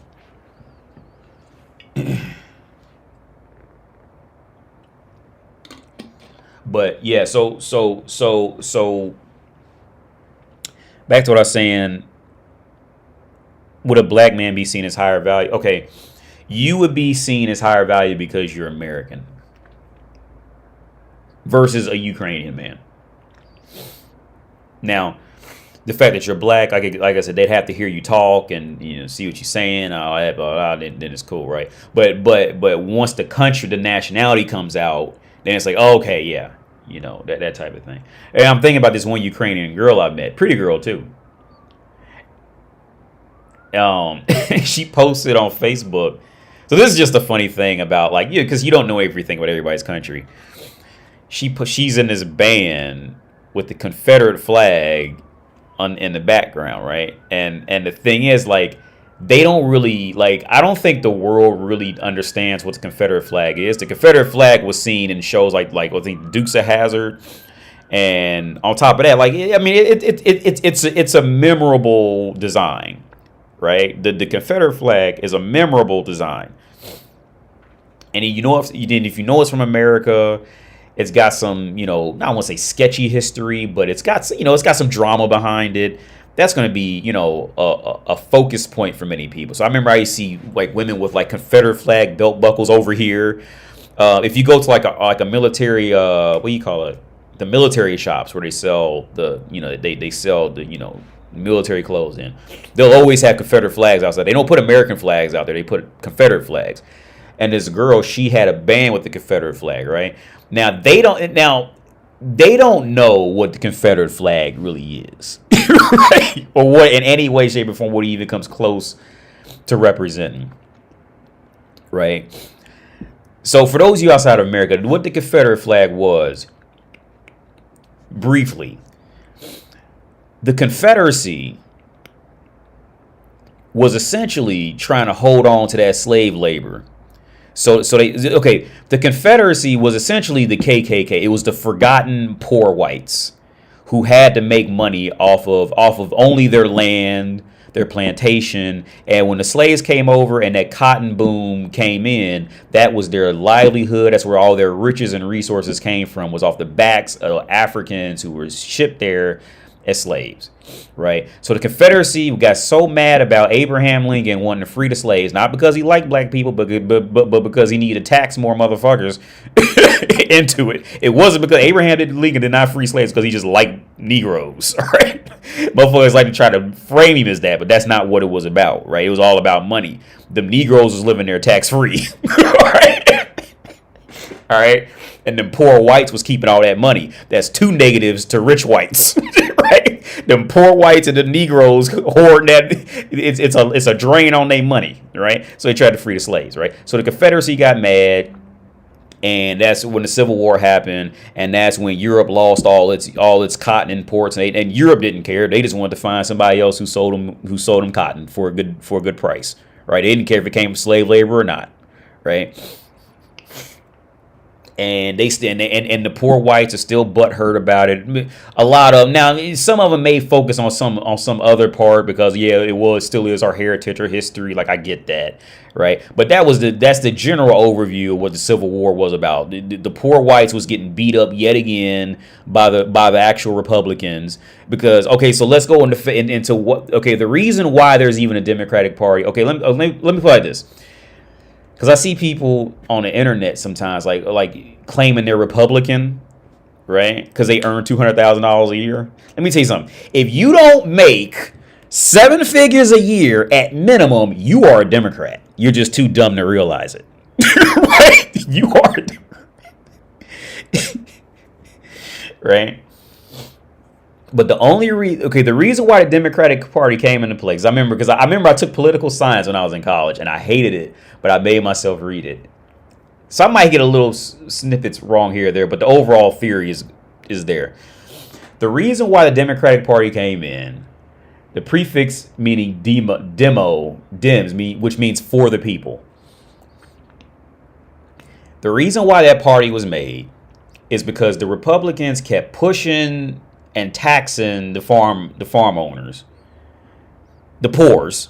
Those are the poor people. They've always been the poor people in relatively speaking, modern times. They were pushing and taxing them, and they couldn't afford to live. So they went off and made I can't remember exactly how they did it, but they made their own party to fight the Republicans from taxing them, whatever the fuck, right? From taking all their shit, right? That's how the Democratic Party was formed. It was the poor whites mad that the rich whites kept taking all their shit. Right? Right? So the Democrats have historically always been the poors. Right? Because they don't want that money getting taken from them.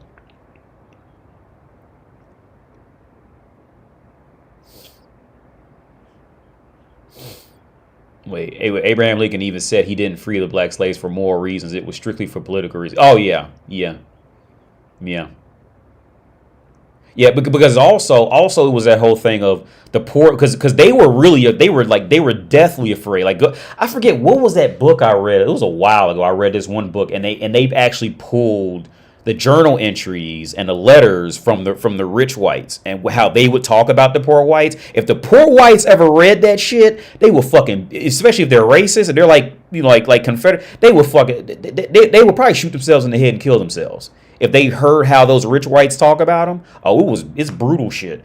The rich whites were terrified that the poor whites would team up with the slaves and come take them over.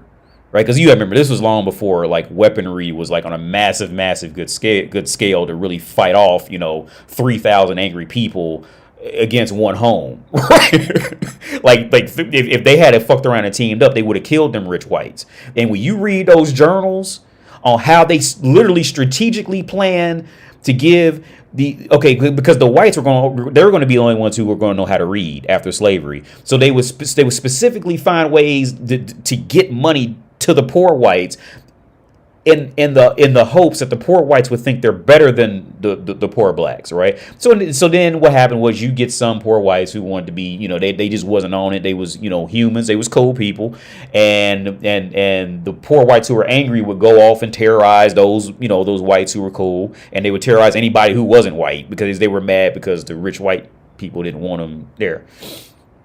But yeah, the Confederacy. See, and so when I tell Kratos' mom about the Confederate flag, because she doesn't get it, right? And I'm not mad at her because it's not her history in any form. So when I tell her about the Confederate flag,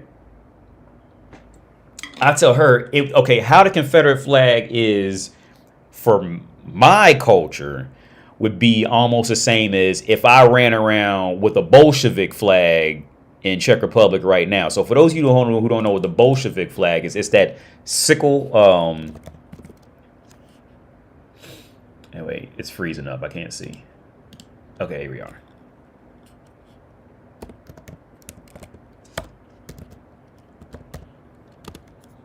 I probably spelled it wrong, but yeah.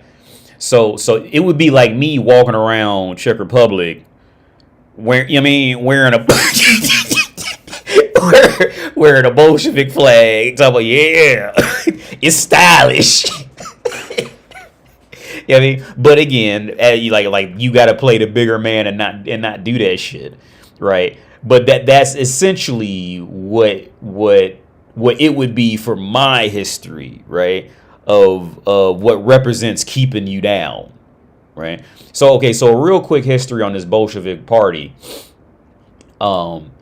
So back when, I want to say around the early 1900s, late 18 to early 1900s was a time of massive It was a time of massive social experiments for countries, right? And it was the Bolsheviks and the Mensheviks. It was the Mensheviks and the Bolsheviks. Those were essentially the Democrats and the Republicans, right? But their whole thing was communism and socialism. Whereas the Mensheviks wanted to bring in communism, or so whatever you want to call it. I think they're both the same shit.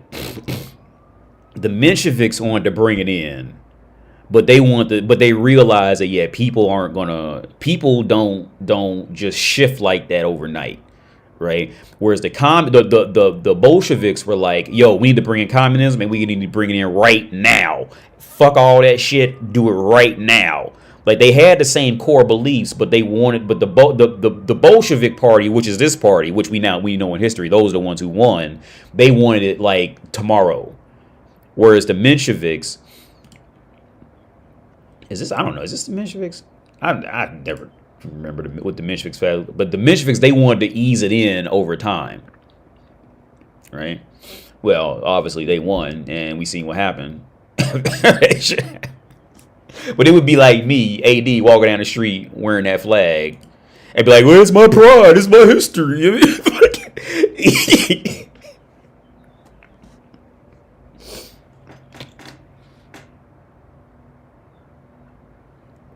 Elementary school hyped Abe Lincoln. Oh yeah, man. Yeah, that wasn't.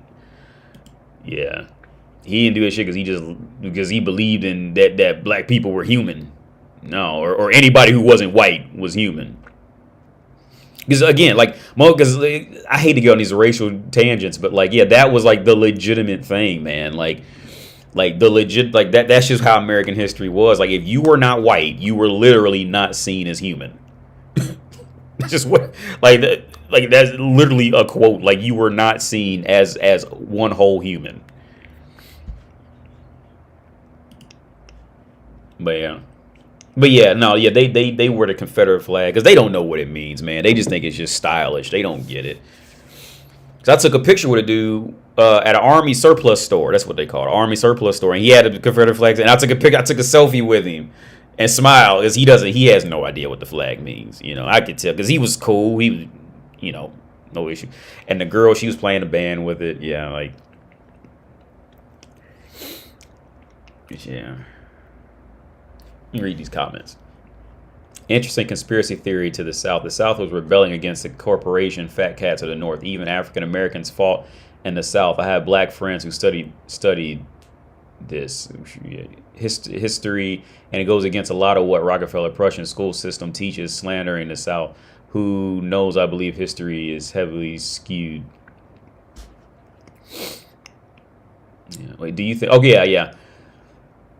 How do all these porn stars go shoot?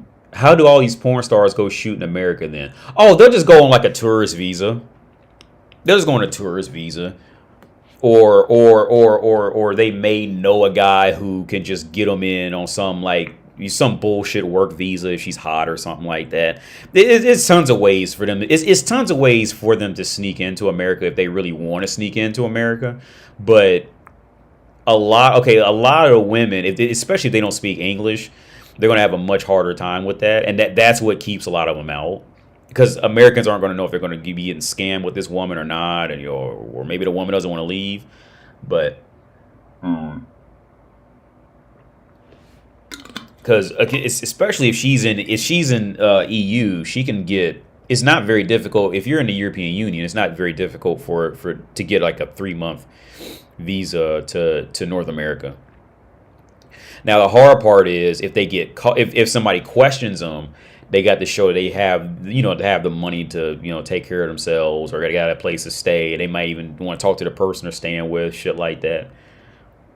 But if she can speak English, then it's definitely doable. The harder part is if she doesn't speak English and she ends up out there like that. And that's why I think a lot of them don't. That's why a lot of them won't do it. But when you look at many American American women who do porn, a lot of them do is either they just work a strip club circuit, or they just live in Europe, in some cheaper country in Europe, until they get a call to fly back to, New York or some shit like that, or California, do some porn, and then they go back, or they'll get a call to go to Germany, shoot some porn there, or because some guy who's got more money than he knows what to do with, he'll pay for a ticket and have her stay at his house for 4 weeks and just feed the bitch and buy her outfits and shit like that. Oh, like how fast women can move in that is really something wild, right? Like, especially if the guy especially if the guy himself has experience with foreign women and he knows the protocols and how they usually talk and shit. Oh, how fast women can move on Earth is really wild shit, dude. It really is, for sure. Family Guy ripped on America. Police bust a prostitute, but a guy had a camera. Yeah, it was just it was art. I like how you address Cradle's mom as Cradle's mom. Yeah.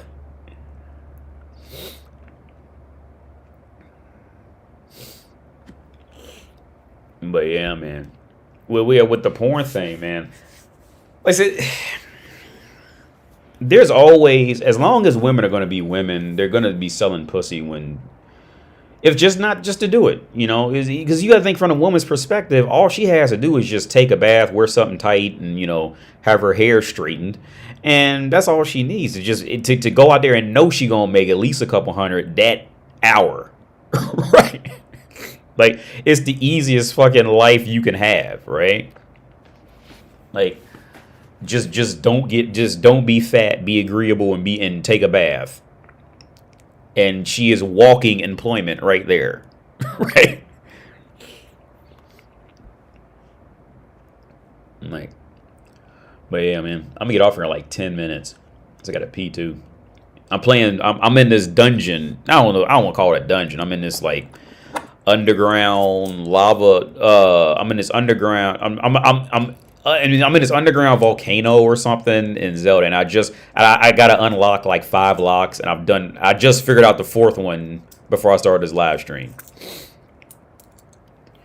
Because I got stuck on 2 other missions. I was stuck in the desert trying to figure out, I can't remember what it was in that desert area, and I got stuck somewhere else trying to get something, and I just couldn't. So I just. The game's so massive, and they really did do a good job with Zelda. They really did a much better job with this one. You would think that since he can like travel through like walls, it would have made it like, just super fucking easy cheat to exploit. But they actually really did a good job, man. Like, but it's just the little things with the artwork in it that they pulled off on a Nintendo Switch. I've been playing it in handheld mode the whole time. It's really amazing. Like when Nintendo does Nintendo, they can do an amazing job with next to nothing worth of hardware. I've had more fun with this game than any other game pretty much since Breath of the Wild. Because it's the little things. It's really all the little things. But now it's even better because the reason why I didn't like the older Zeldas is because if you were to get stuck, you were essentially just stuck in a dead game. Like, you couldn't do anything else. You just didn't know what to do. There was nothing else going on until you figured out whatever you had to do to progress this one area, right? But in this game, you get stuck and you just go off and like legitimately take interest in doing like anything else in the game, and it's all like legitimately good, interesting. Like, what the fuck is that? What is this type shit? It's like it's they just did an excellent job with it. I think it's a masterpiece, except for the stick drift. It's fucked me up a few times, but it's kind of awkward when you just be looking at something and then Link just decides to start running to the left. Like, man, I'm trying to look at something. Can you stop? But I think it's a masterpiece. I think it's absolutely amazing. Nintendo, I don't know what they did. They need that whole, I say 80% of their eShop is just complete garbage. And you just burn it, delete it, whatever. And just put Nintendo, just put Platinum Games and any Nintendo maker on there, and they'd be all right. Maybe some Lego games, some shit like that for kids, Sonic, Sega games, some shit like that. And I will guarantee you will have more fun with that shit than anything on PC and consoles. The graphics don't mean shit. Because I was playing Final Fantasy VII Remake before I got that. And I ain't touched Final Fantasy VII Remake. After playing Zelda, I ain't touched it. Not even interested in touching it again. I think it's a masterpiece. I think it's a masterpiece. It's crazy. I want you to understand female nature. You realize they don't really care about sex. They only to use for utility. In the rare scenarios women care about sex, right? Like, here's the thing: women have such a horrible lack of self-control that, but on top of it, they have the entitlement and benefit of just being a woman. That by the time a woman is genuinely horny and genuinely horny and cares about sex, she has no self-control. She'll get gangbanged in a movie theater. She'll suck a random dude's dick in a car she just met 2 minutes ago. She has absolutely no self-control. Absolutely none. She doesn't have to. Because somebody always wants their dick sucked. She doesn't have to, right? So like the few times where she gets comfortable enough, where she's genuinely horny enough to want to do something. See, those are the girls you meet and 5 minutes later you fucking her in the back of the car or some shit like that. Because she was genuinely just horny type of shit. But for the other 85% of her life, it's just figuring how she can use this new dick to make it come and get whatever she wants out of a guy after he comes type of shit like that. That's what the rest of it is.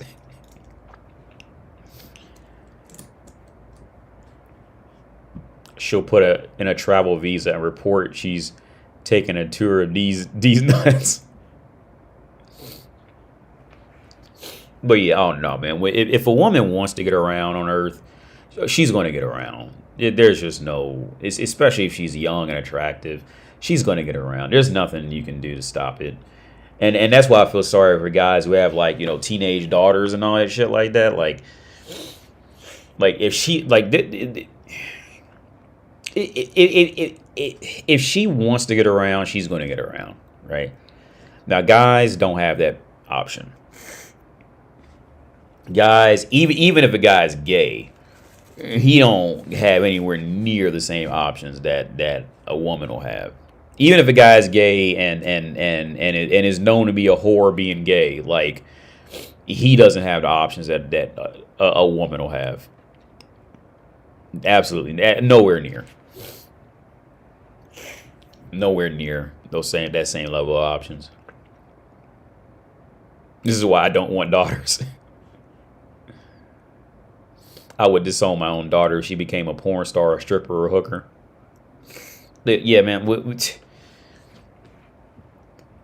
You see the video I did, was it last week or week before last week, where they was trying to find pedophiles online, and a dude literally just wrote, "Hi, I'm a 13-year-old female," and he had he couldn't even keep up with the people inboxing him within 60 seconds. Within 60 seconds, he couldn't even keep up. And women have the audacity to try to think that they understand what equality and hardship is. Yeah.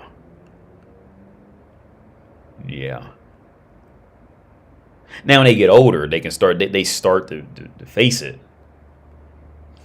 Because there's just nothing they can do to keep up with it. And at that point, they've been so used to somebody telling them what they want to hear that if you tell her anything else, well, you just that's just depression now. You just being evil. Because all she's ever known is being told what she wants to hear because somebody wants to fuck her, right? That's all she's ever known. So I mean, could you imagine, could you imagine what it would be like? Let's say if Madden had let's say since Madden came out, it was always on rookie level, right?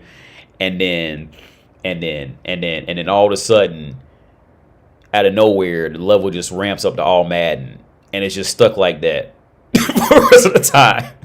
Like, yeah, you can still win here and there. You can still complete some passes, right? But the level just got harder. Like that would be oppression, right? It'd be fucked up, right? It'd be hard to keep up. You'd be trying to figure out what happened. It must be the game and all that shit like that.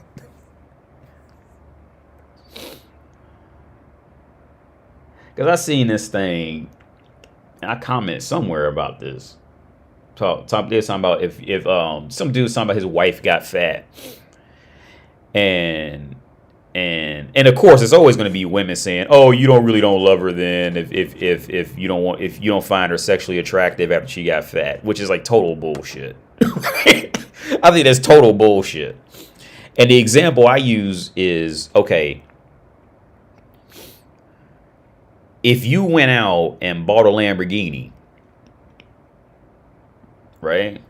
And then while you with that Lamborghini, you making memories with it, you love it and all that, because that's what you wanted. You want a Lamborghini. Right? And you go and make memories with the motherfucker, you know what I'm saying? You bust nuts all in the Lamborghini and all that shit like that, right? And then over time, that Lamborghini turns into a Ford Focus. Right? Now, there was nothing about you when you walked up in there that said you did not go after that Lamborghini because you want a Ford Focus for real. You went after that Lamborghini because you want a Lamborghini. Right? Now there's some guys, they can be like, oh, well, I just got so much memories with this Lamborghini. I'll keep this motherfucker after it's old and beat up and all that shit like that, right?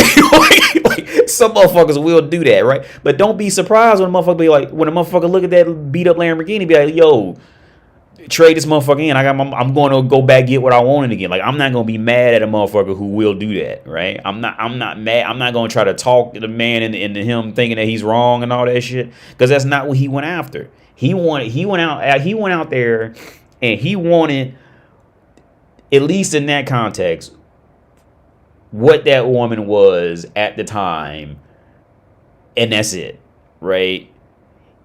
Right? He didn't go out and get some fucking cheeseburgers that turned into ramen noodles, right? So it's like okay. Imagine if you went, let's say, to a steakhouse, right? And you be like, yeah, man, I want some steak, right? And the waiter comes, he be like, yeah, I want a steak. Well, sir, that's $95. This is it's not a cheap steakhouse. It's $95. It's $105, right? Like, okay, yeah, cool. I want a steak because this is what I want, right? I don't care. I want a steak. This is what and I'm gonna go after it. I'm gonna do what I have to do to go get this steak, right? And they go back there and they cook the steak and bring it out, and it's exactly what you wanted, and you taste it, and it tastes even better than you thought it would taste, right? And you eating the steak, right? And then about halfway through, the steak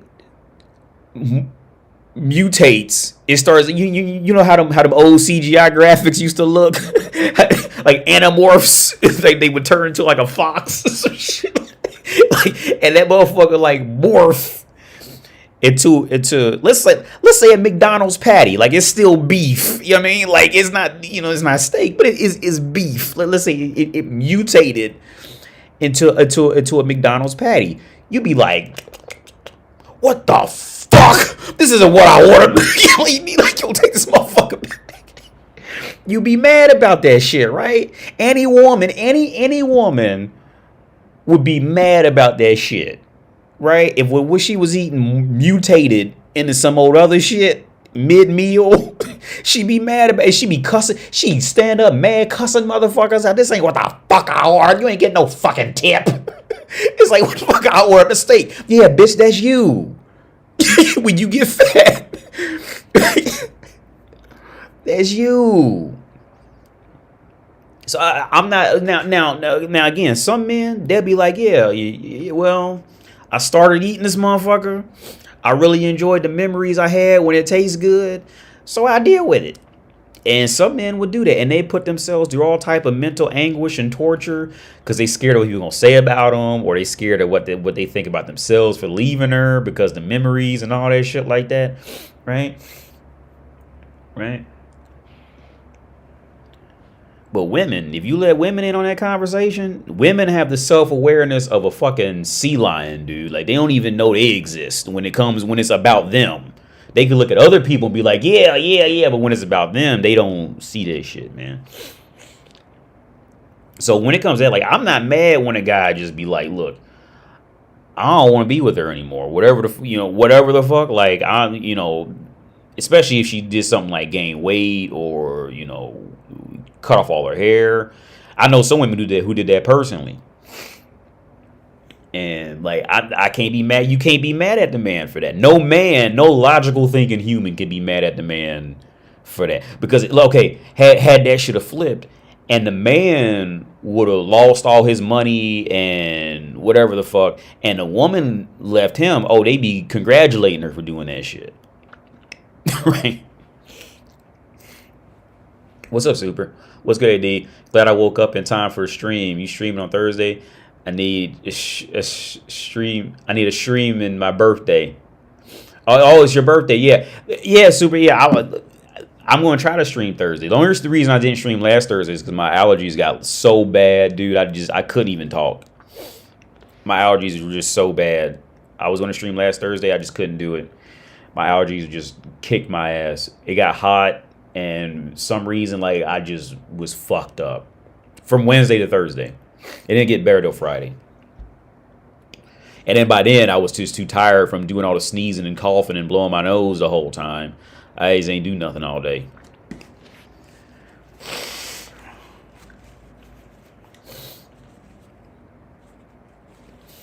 When people try that BS with me, I just tell them to marry that bitch if they care so much and know what's right for them. The existence of an old, unattractive woman must truly be the worst experience.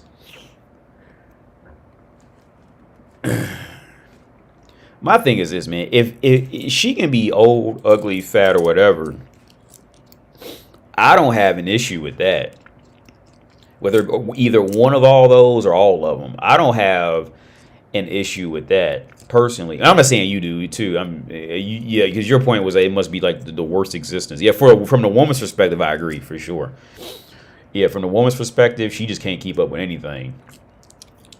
So she got to learn how to have a good personality at that point. But like for me personally, I don't have an issue like if a woman's a hooker, if a woman's like old, fat, tall, short, whatever. My thing is like, see, like it's like with them Brittany Renters. She trying to disguise herself as this decent human because she figured out how to put some makeup on and take a bath and not be too fat. And she ain't just accepting she's a hooker. Yeah, she just going on. Was it baller alert? I thought this was fake till a friend of mine told me about this app. You guys know about Baller Alert? Baller Alert was this app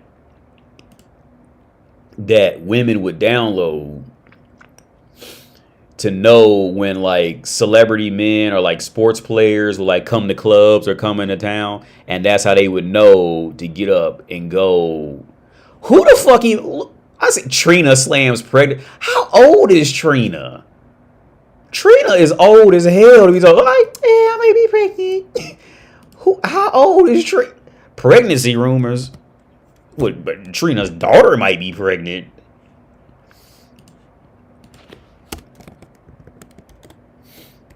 Talking about pregnancy rumors. That woman is 44 years. Is this her? That woman is 44 years old, and she was a trust fund baby, by the way. She is 44 years old. Pregnancy rumors. Fuck you.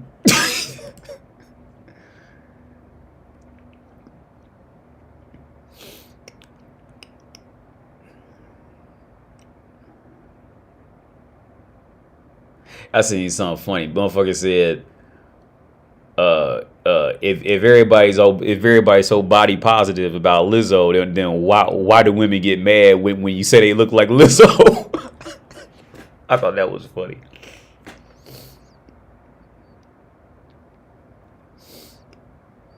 Oh, Shaq ain't with his wife no more? He ruined 2 relationships? Singer Monica. It's old shit. Monica.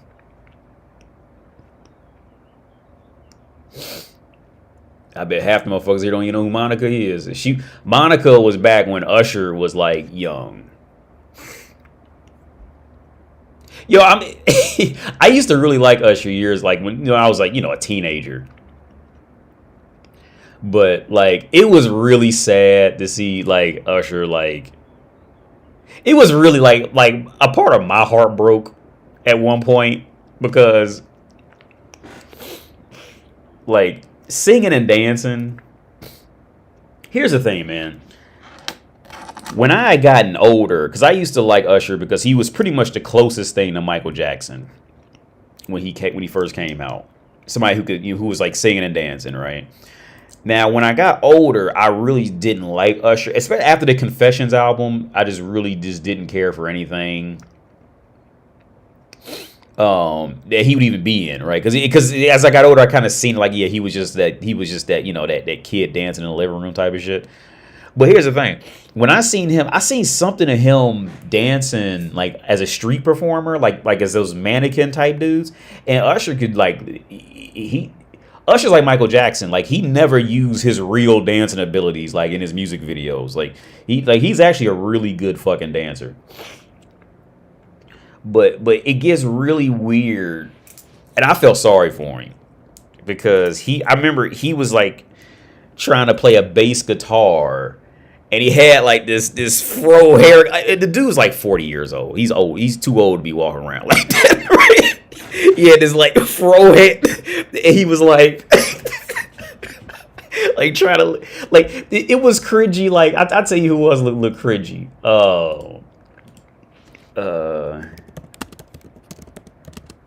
I seen this a few days ago.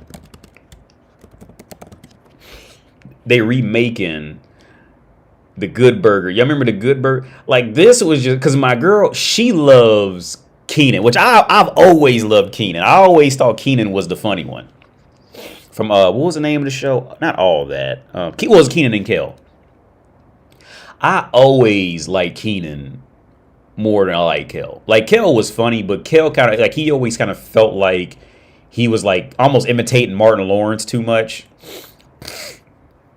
But I always liked Keenan because Keenan had good, in my opinion, from the show Keenan and Kel, Keenan always had a much better timing, right? Like he didn't have to be loud.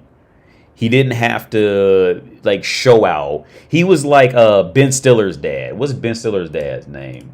I really like Ben Stiller's dad too. Because he died now. Jerry Stiller.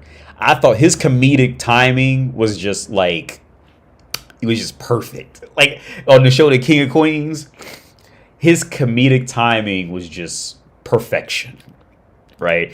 And I think Keenan is in that same realm of it was the timing and how he said it. Like whereas Kel was almost like trying to be like Martin on the Martin show, like yelling the jokes or being like overly loud and stupid like Shanae or something like that. Where in my opinion, Martin already had that.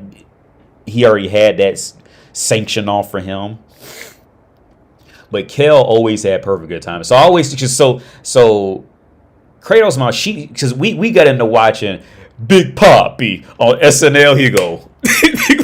Because I would always watch it, but I never showed it. Because I remember when I first showed it to her, she fell in love with. She didn't laugh until he said Mofongo, and then she got the joke and loved him ever since, kind of thing.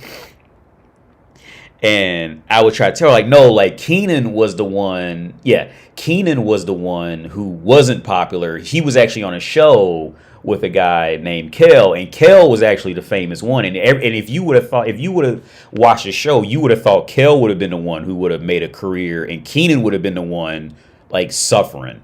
But it flipped. Like Keenan actually ended up going on SNL, which in reality SNL was like an entry level acting gig for real. But he made a big career out of that. Whereas Kel just like he just didn't have anywhere near good as luck. and it got kind of cringy because they tried to put makeup on him, and like he tried to dance for a while. It was just really awkward. Like it was just really awkward. I felt bad for him, man. Like him and Usher, like they just didn't age well, you know, like as far as it just didn't age well. See, like with me doing this, I have plenty of education. I can go off and be a teacher. I could be a legit therapist. I could work in a biotech lab. I see. I have other parts of me that can age well, right? Like I can age, you know, accordingly, right? Whereas like I felt sorry for like these guys who didn't have that. Like all they had was kind of going, it'll make you laugh now.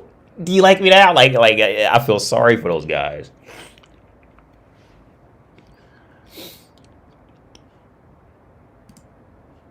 But yeah, because I had to like you know, educate her on you know like just American things like that.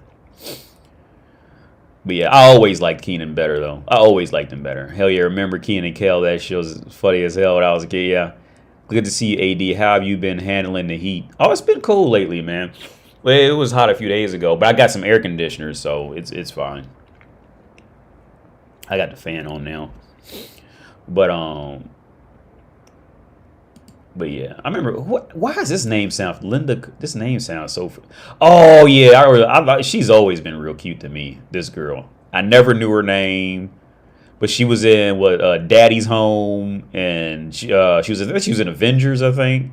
She's always just had that cute look to her. That front picture just doesn't look like her at all, but yeah. No, wait, I'm still back on the same page. But yeah, Jerry Stiller, he had just perfect comedic timing, man, and how he just like walked and talked like he didn't even have to say anything. He didn't have to say anything that was like directly funny. It was just his timing of just being kind of spaced out, kind of. He's just great. I don't care for his son in anything I've seen. I don't care for Ben Stiller. She likes Ben Stiller. Kratos' mom, like she likes Ben Stiller, and I think it was Meet the Fuckers and all that. I don't care for him at all. I just don't. I don't care for him. I'll tell you who else I don't care about. What's this dude? I don't care. No, wait, no. What's his name? Seth something. Seth Meyers. That's it. He was on Saturday Night Live. I just don't find him funny at all. Like. He's probably a cool dude, but I just don't. I try watching a show. I remember when he did what was that show? The skit where he would be like a newscaster. Then Jimmy Fallon did it, and Tina Fey did it. I can't think of it. I can't think of that skit, but he used to do that skit on Saturday Night Live, and I just never. I just don't get it. I just don't get it. I won't say I don't think he's funny. I don't think he's funny, but I just don't get any way of how he's funny, like, at all. I just don't get it.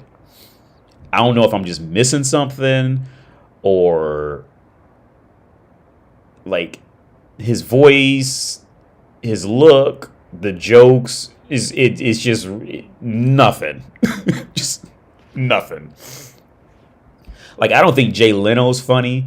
But I get how people can see he's funny. I don't think he's funny, but I can get how people like you know he has a way of like talking and like going to like exaggeration things. I get how people can say he's funny.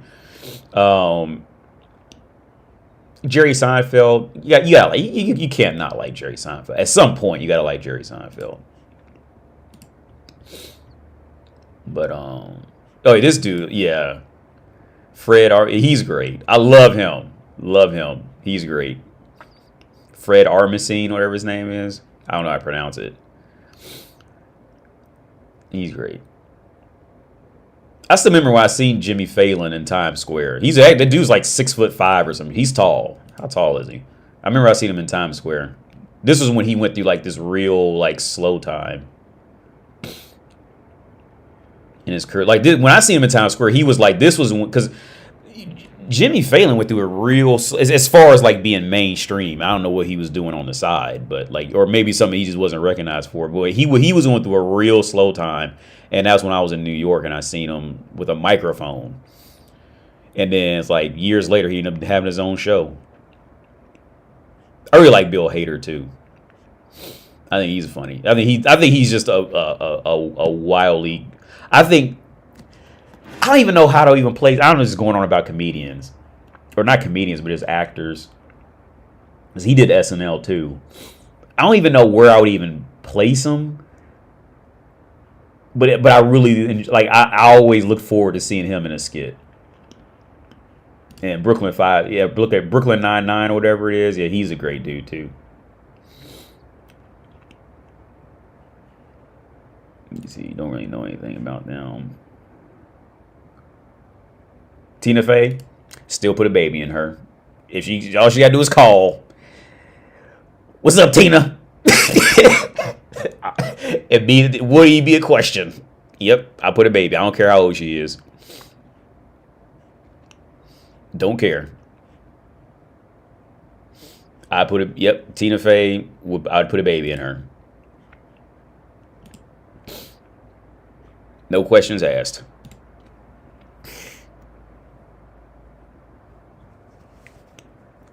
Still watch old King and Queens. Arthur Spooner, yeah. Oh yeah, Arthur. That's his name on King and Queens. Arthur Spooner. I feel like that about Maya Rudolph. I used to like Maya Rudolph when she was on SNL a long time ago. I used to like her. I think she's Quincy Jones's daughter, I think. Or adopted daughter or something like that. I used to like her, but I just stopped. I just didn't like her much long after that. In any kind of way. Like as a sex symbol or like an an actress of any sort. Like it just really felt like, honestly, like I used to like her like when she was on a long time ago. But then it was like after her time at SNL was up for whatever reason, I don't know why. It really just felt like she would get those jobs because she was just in that friend circle kind of thing. Like nothing really seemed like nothing. It just nothing really seemed like it was really her doing it. It just always kind of felt like she was there because she was just in that. She ended up in that group type of shit. Now, I mean, I don't know her. I have no idea what the reality was in it. Maybe I'm completely wrong. I don't know, but it really felt like that. It didn't feel like for example, like when Tina Fey was doing it. Tina Fey felt like she has I just love Tina Fey. She has a certain sense of like intelligence in her, right? Like there's something deeper. There like okay. It is like you could tell she grew up with like a constant father figure. You like maybe that's how I could put it. Like you can tell like there's a bit of well-roundedness and intelligence in there when she starts talking, kind of thing.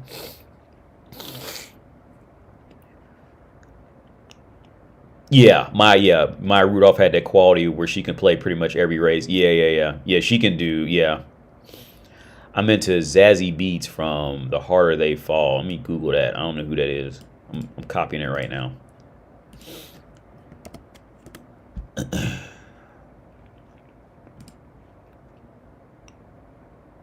Oh, that's the girl who did Deadpool. Word up. I don't know much about her, but I remember she did Deadpool. But I don't watch much. I don't watch much stuff anyway. So if it's anybody anywhere near kind of newer, I'm gonna be horrible at knowing who they are.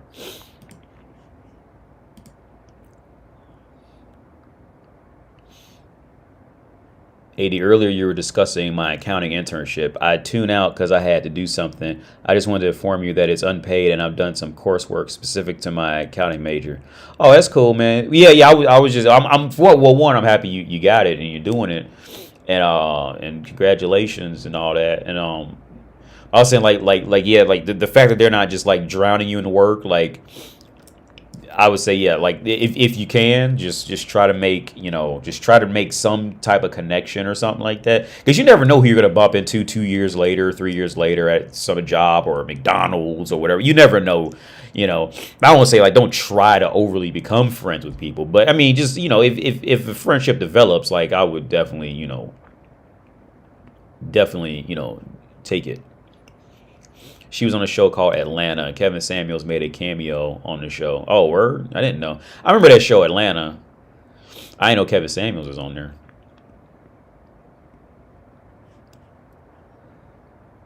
I'm still in community college, too. I haven't transferred. I didn't know you could do an internship while you was in community college. Okay. I didn't even know you can do that. I thought that was just for bachelor's and up. I didn't know you can do it at community college for a 2 year. But accounting is one of those fields too, man. Like you really could. I mean, if you make the right connections, you could just see. Okay, so this was a statistic that I always wanted to go deeper on this, as I mentioned a while back, which could have sounded like I wasn't very knowledgeable about it. But I stated a while back how, like, if you do the math on college graduates and jobs, it wouldn't take a rocket scientist to figure out that there's going to be more graduates than there's going to be jobs available in that field, right? So if you look up the actual statistics, if just on a surface level thing, it's going to look like it's going to even out, right? Like as many people retire every year, there's a equal amount of people coming out of college with that degree, right? But what that doesn't factor in is how many people got the job just because they know somebody, how many people got the job because it was family, friends, whatever the fuck like that, and then how many people got the job genuinely just coming fresh out of college, cold applying and getting a job, right? How many people got these jobs who have no training at all? Maybe because they was you know how many people get jobs because their dad knows, another company's owner or high up in that company, and that dad owes the other dad a favor, so they let the daughter go there and work there. You know how many times that shit happens, and the daughter knows nothing about the job, but she these are the areas I talk about how like it's all about where you're born into, who you know, type of shit like that. It's about social status with many jobs. But with something like accounting, man, you can. I remember when I worked in the accounting department at Wilberforce University. I worked in the accounting department there. And I got to see their finances. It was atrocious. Right? The motherfuckers owed everybody. Because my job was to call up people to find out who they didn't owe. Right? But when I worked there, I had only worked there like 2 months, and I made a resume and put that on there. And I was getting calls to go work at other people in the accounting department at other places. Now, could they have been scams? I don't know. By the way they were talking, I don't think they were. But because one thing I've noticed about that in the accounting field is they're usually rougher on the phone. They're not as like manicured on the phone. Like that perfect shit. They're usually a bit rougher. The few, like something's like a little off when you speak to them on the phone. But yeah, with that accounting shit, man, like with jobs like that, it's really about just who you know and what they think you know. And then that's it. You can make a whole career off of that. And then with you getting a degree, just get out there, be seen and be known, be heard, and talk to people, right? Just make an effort to just talk to people, right? You do that, I guarantee you're going to be in some circles. You're going to be in circles of people, right? It might take a little while, but you got to get out there and be known. Cold applying is like the worst thing to do. You got to go out there, talk, know people. Just be known. Because here's the thing. If you go out there and let's say you go to your internship, right? And you talk to like 5 people and you fuck up, right? You just fall flat on your face. Well, I'll see you, Bruno. See you, Bruno. But if you go out there and talk to like 5 people and you fall on your face, well, there was at least 3 other people who seen you talk to them, and maybe they didn't like the people you was talking to, and they don't and they would have liked to talk to you, but something happened and they didn't get to make it talk to you, and you bump into them like 3 months later after the internship's over, and they say, hey, yeah, I know this company is hiring. Yeah, you used to work, you was an intern at there, blah blah blah, right? So this is why I say, like, you can't fail in social networking, right? You can't fail at it. You have to go out there and just talk and try. Like, even when it comes to women, dude, like with women and jobs are pretty much the same thing. You have to just go out there and try, and don't and try the best you can to separate emotions and just keep trying, because like I say, if you go out there and talk to 5 people and let's say you crash and burn with all 5 of them, like, again, there's gonna be 2 or 3 people who are watching you and you didn't even know they was watching you. Right? And they liked how you walked. They admired you for your courage for even doing that and wanted to talk to you even more, right? That's how it happened with YouTube and me on here, right? Like, you didn't know who I was before you clicked on my video.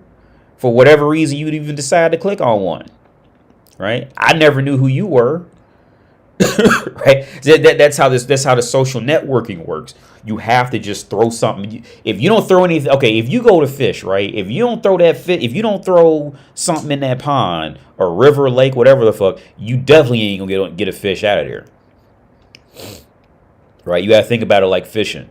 If you don't throw something on out there, okay, one thing is guaranteed. You ain't no fish gonna come out that water and walk up in your fucking canteen or whatever the fuck they put that shit in. And I can guarantee you that. That's how you gotta look at life. And for anybody who's tuning in about women or jobs or making money, whatever the fuck, or finding self-esteem, courage, or just finding out who you are as a person, right? You have to get up and you have to throw something out there and you have to try. Because if you don't try, see, now to use the same theory as a woman, see, women, they don't have to throw nothing out in that water. A woman doesn't have, all she gotta do is just stand on that grass and just be woman, and fish will come up and walk into her fucking seat. Say, hey, were you fishing? I was just wondering. I'd like to know. But see, as a man, see, you can't do that. As a man, see, fish are not gonna come walking out that water and come tap you on the shoulder, be like, hey, bro, I thought you was fishing. I just like to, was wondering if you was fishing or not. Don't work that way. And this is yet another reason why women just simply do not have any, they can't have character, any decent character, no real decent deep thought or character, because their life is built on that. Right? See, this is why women, okay, so in theory, women never learn how to fish. And if they did have to fish one time, that was a rare occurrence. See, men have to learn how to fish. Women don't learn how to fish. They just stand there and wait for a fish to walk up to them. Might take some time, but it'll happen, because somebody's dick's gonna get hard. That's all you gotta do. Just go stand by the river and wait, and fish will come walking up. Hey, were you fishing? See, you as a man, you can't stand over there and just wait. Ain't nobody gonna come walk out there for you. You got to go out there. You got to make connections. You got to figure shit out. You got to figure out what kind of bait to use. You got to figure out what kind of rod to use. You got to figure out what kind of line to use. You got to figure out should you do it under the shade or should you do it in the sunlight? Because I don't know how fish work, but some fish may like sunlight. Some fish may. See, you have to think and figure out deeper. You have to employ deeper thought. See, this is what comes along with that work, with that footwork of fishing, and this is why women never learn how to fish. She thinks she learns how to fish, but she has no idea compared to a man. Right? And see, this is why men end up intellectually superior outside of figuring out how they're going to get fucked. Intellectually superior in comparison to women. That's why. Oh, yeah, you always want to get nervous, Rana. You always want to get nervous. That never goes away.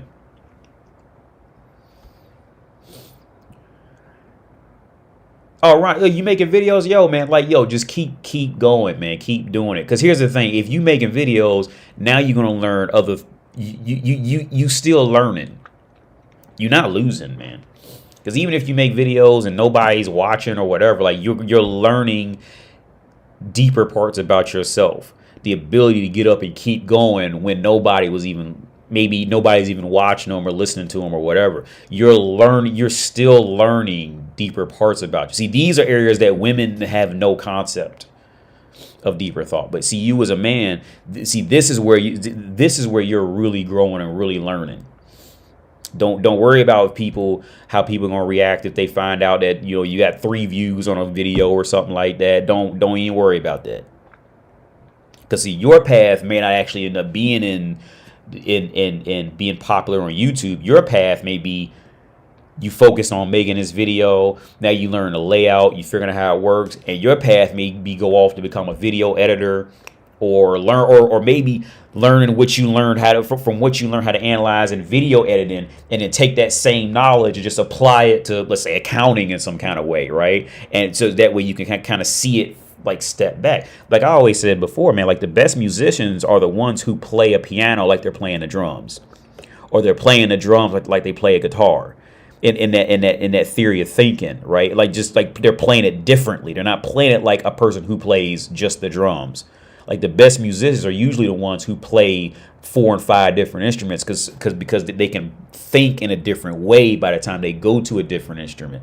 So your end path may not be YouTube or Twitch or whatever the fuck you may take that knowledge and then take it somewhere else, and that may not be the end. You took the knowledge that you got from here, took it over here, figured out, oh, I'm actually better now because I can see it from a different perspective, and then you took that knowledge 3 other more places before you find where you strike gold at it, right?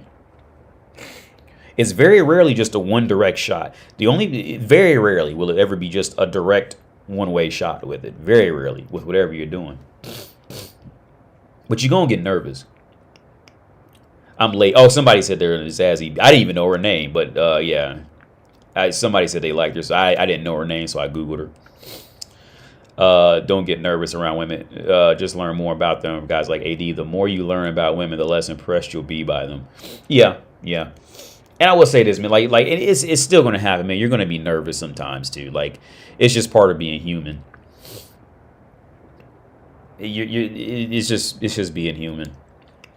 But yeah, I'm gonna get out of here because I gotta pee, and I stayed on 30 minutes too late. So I'm out of here. Yo, thanks everybody. If my allergies are good and everything's good, I'm definitely gonna live stream either tomorrow or, well, probably not tomorrow, but more likely Thursday, as long as I'm good. But yeah, I'm out of here. I gotta pee. I'll catch y'all later, man. Peace out.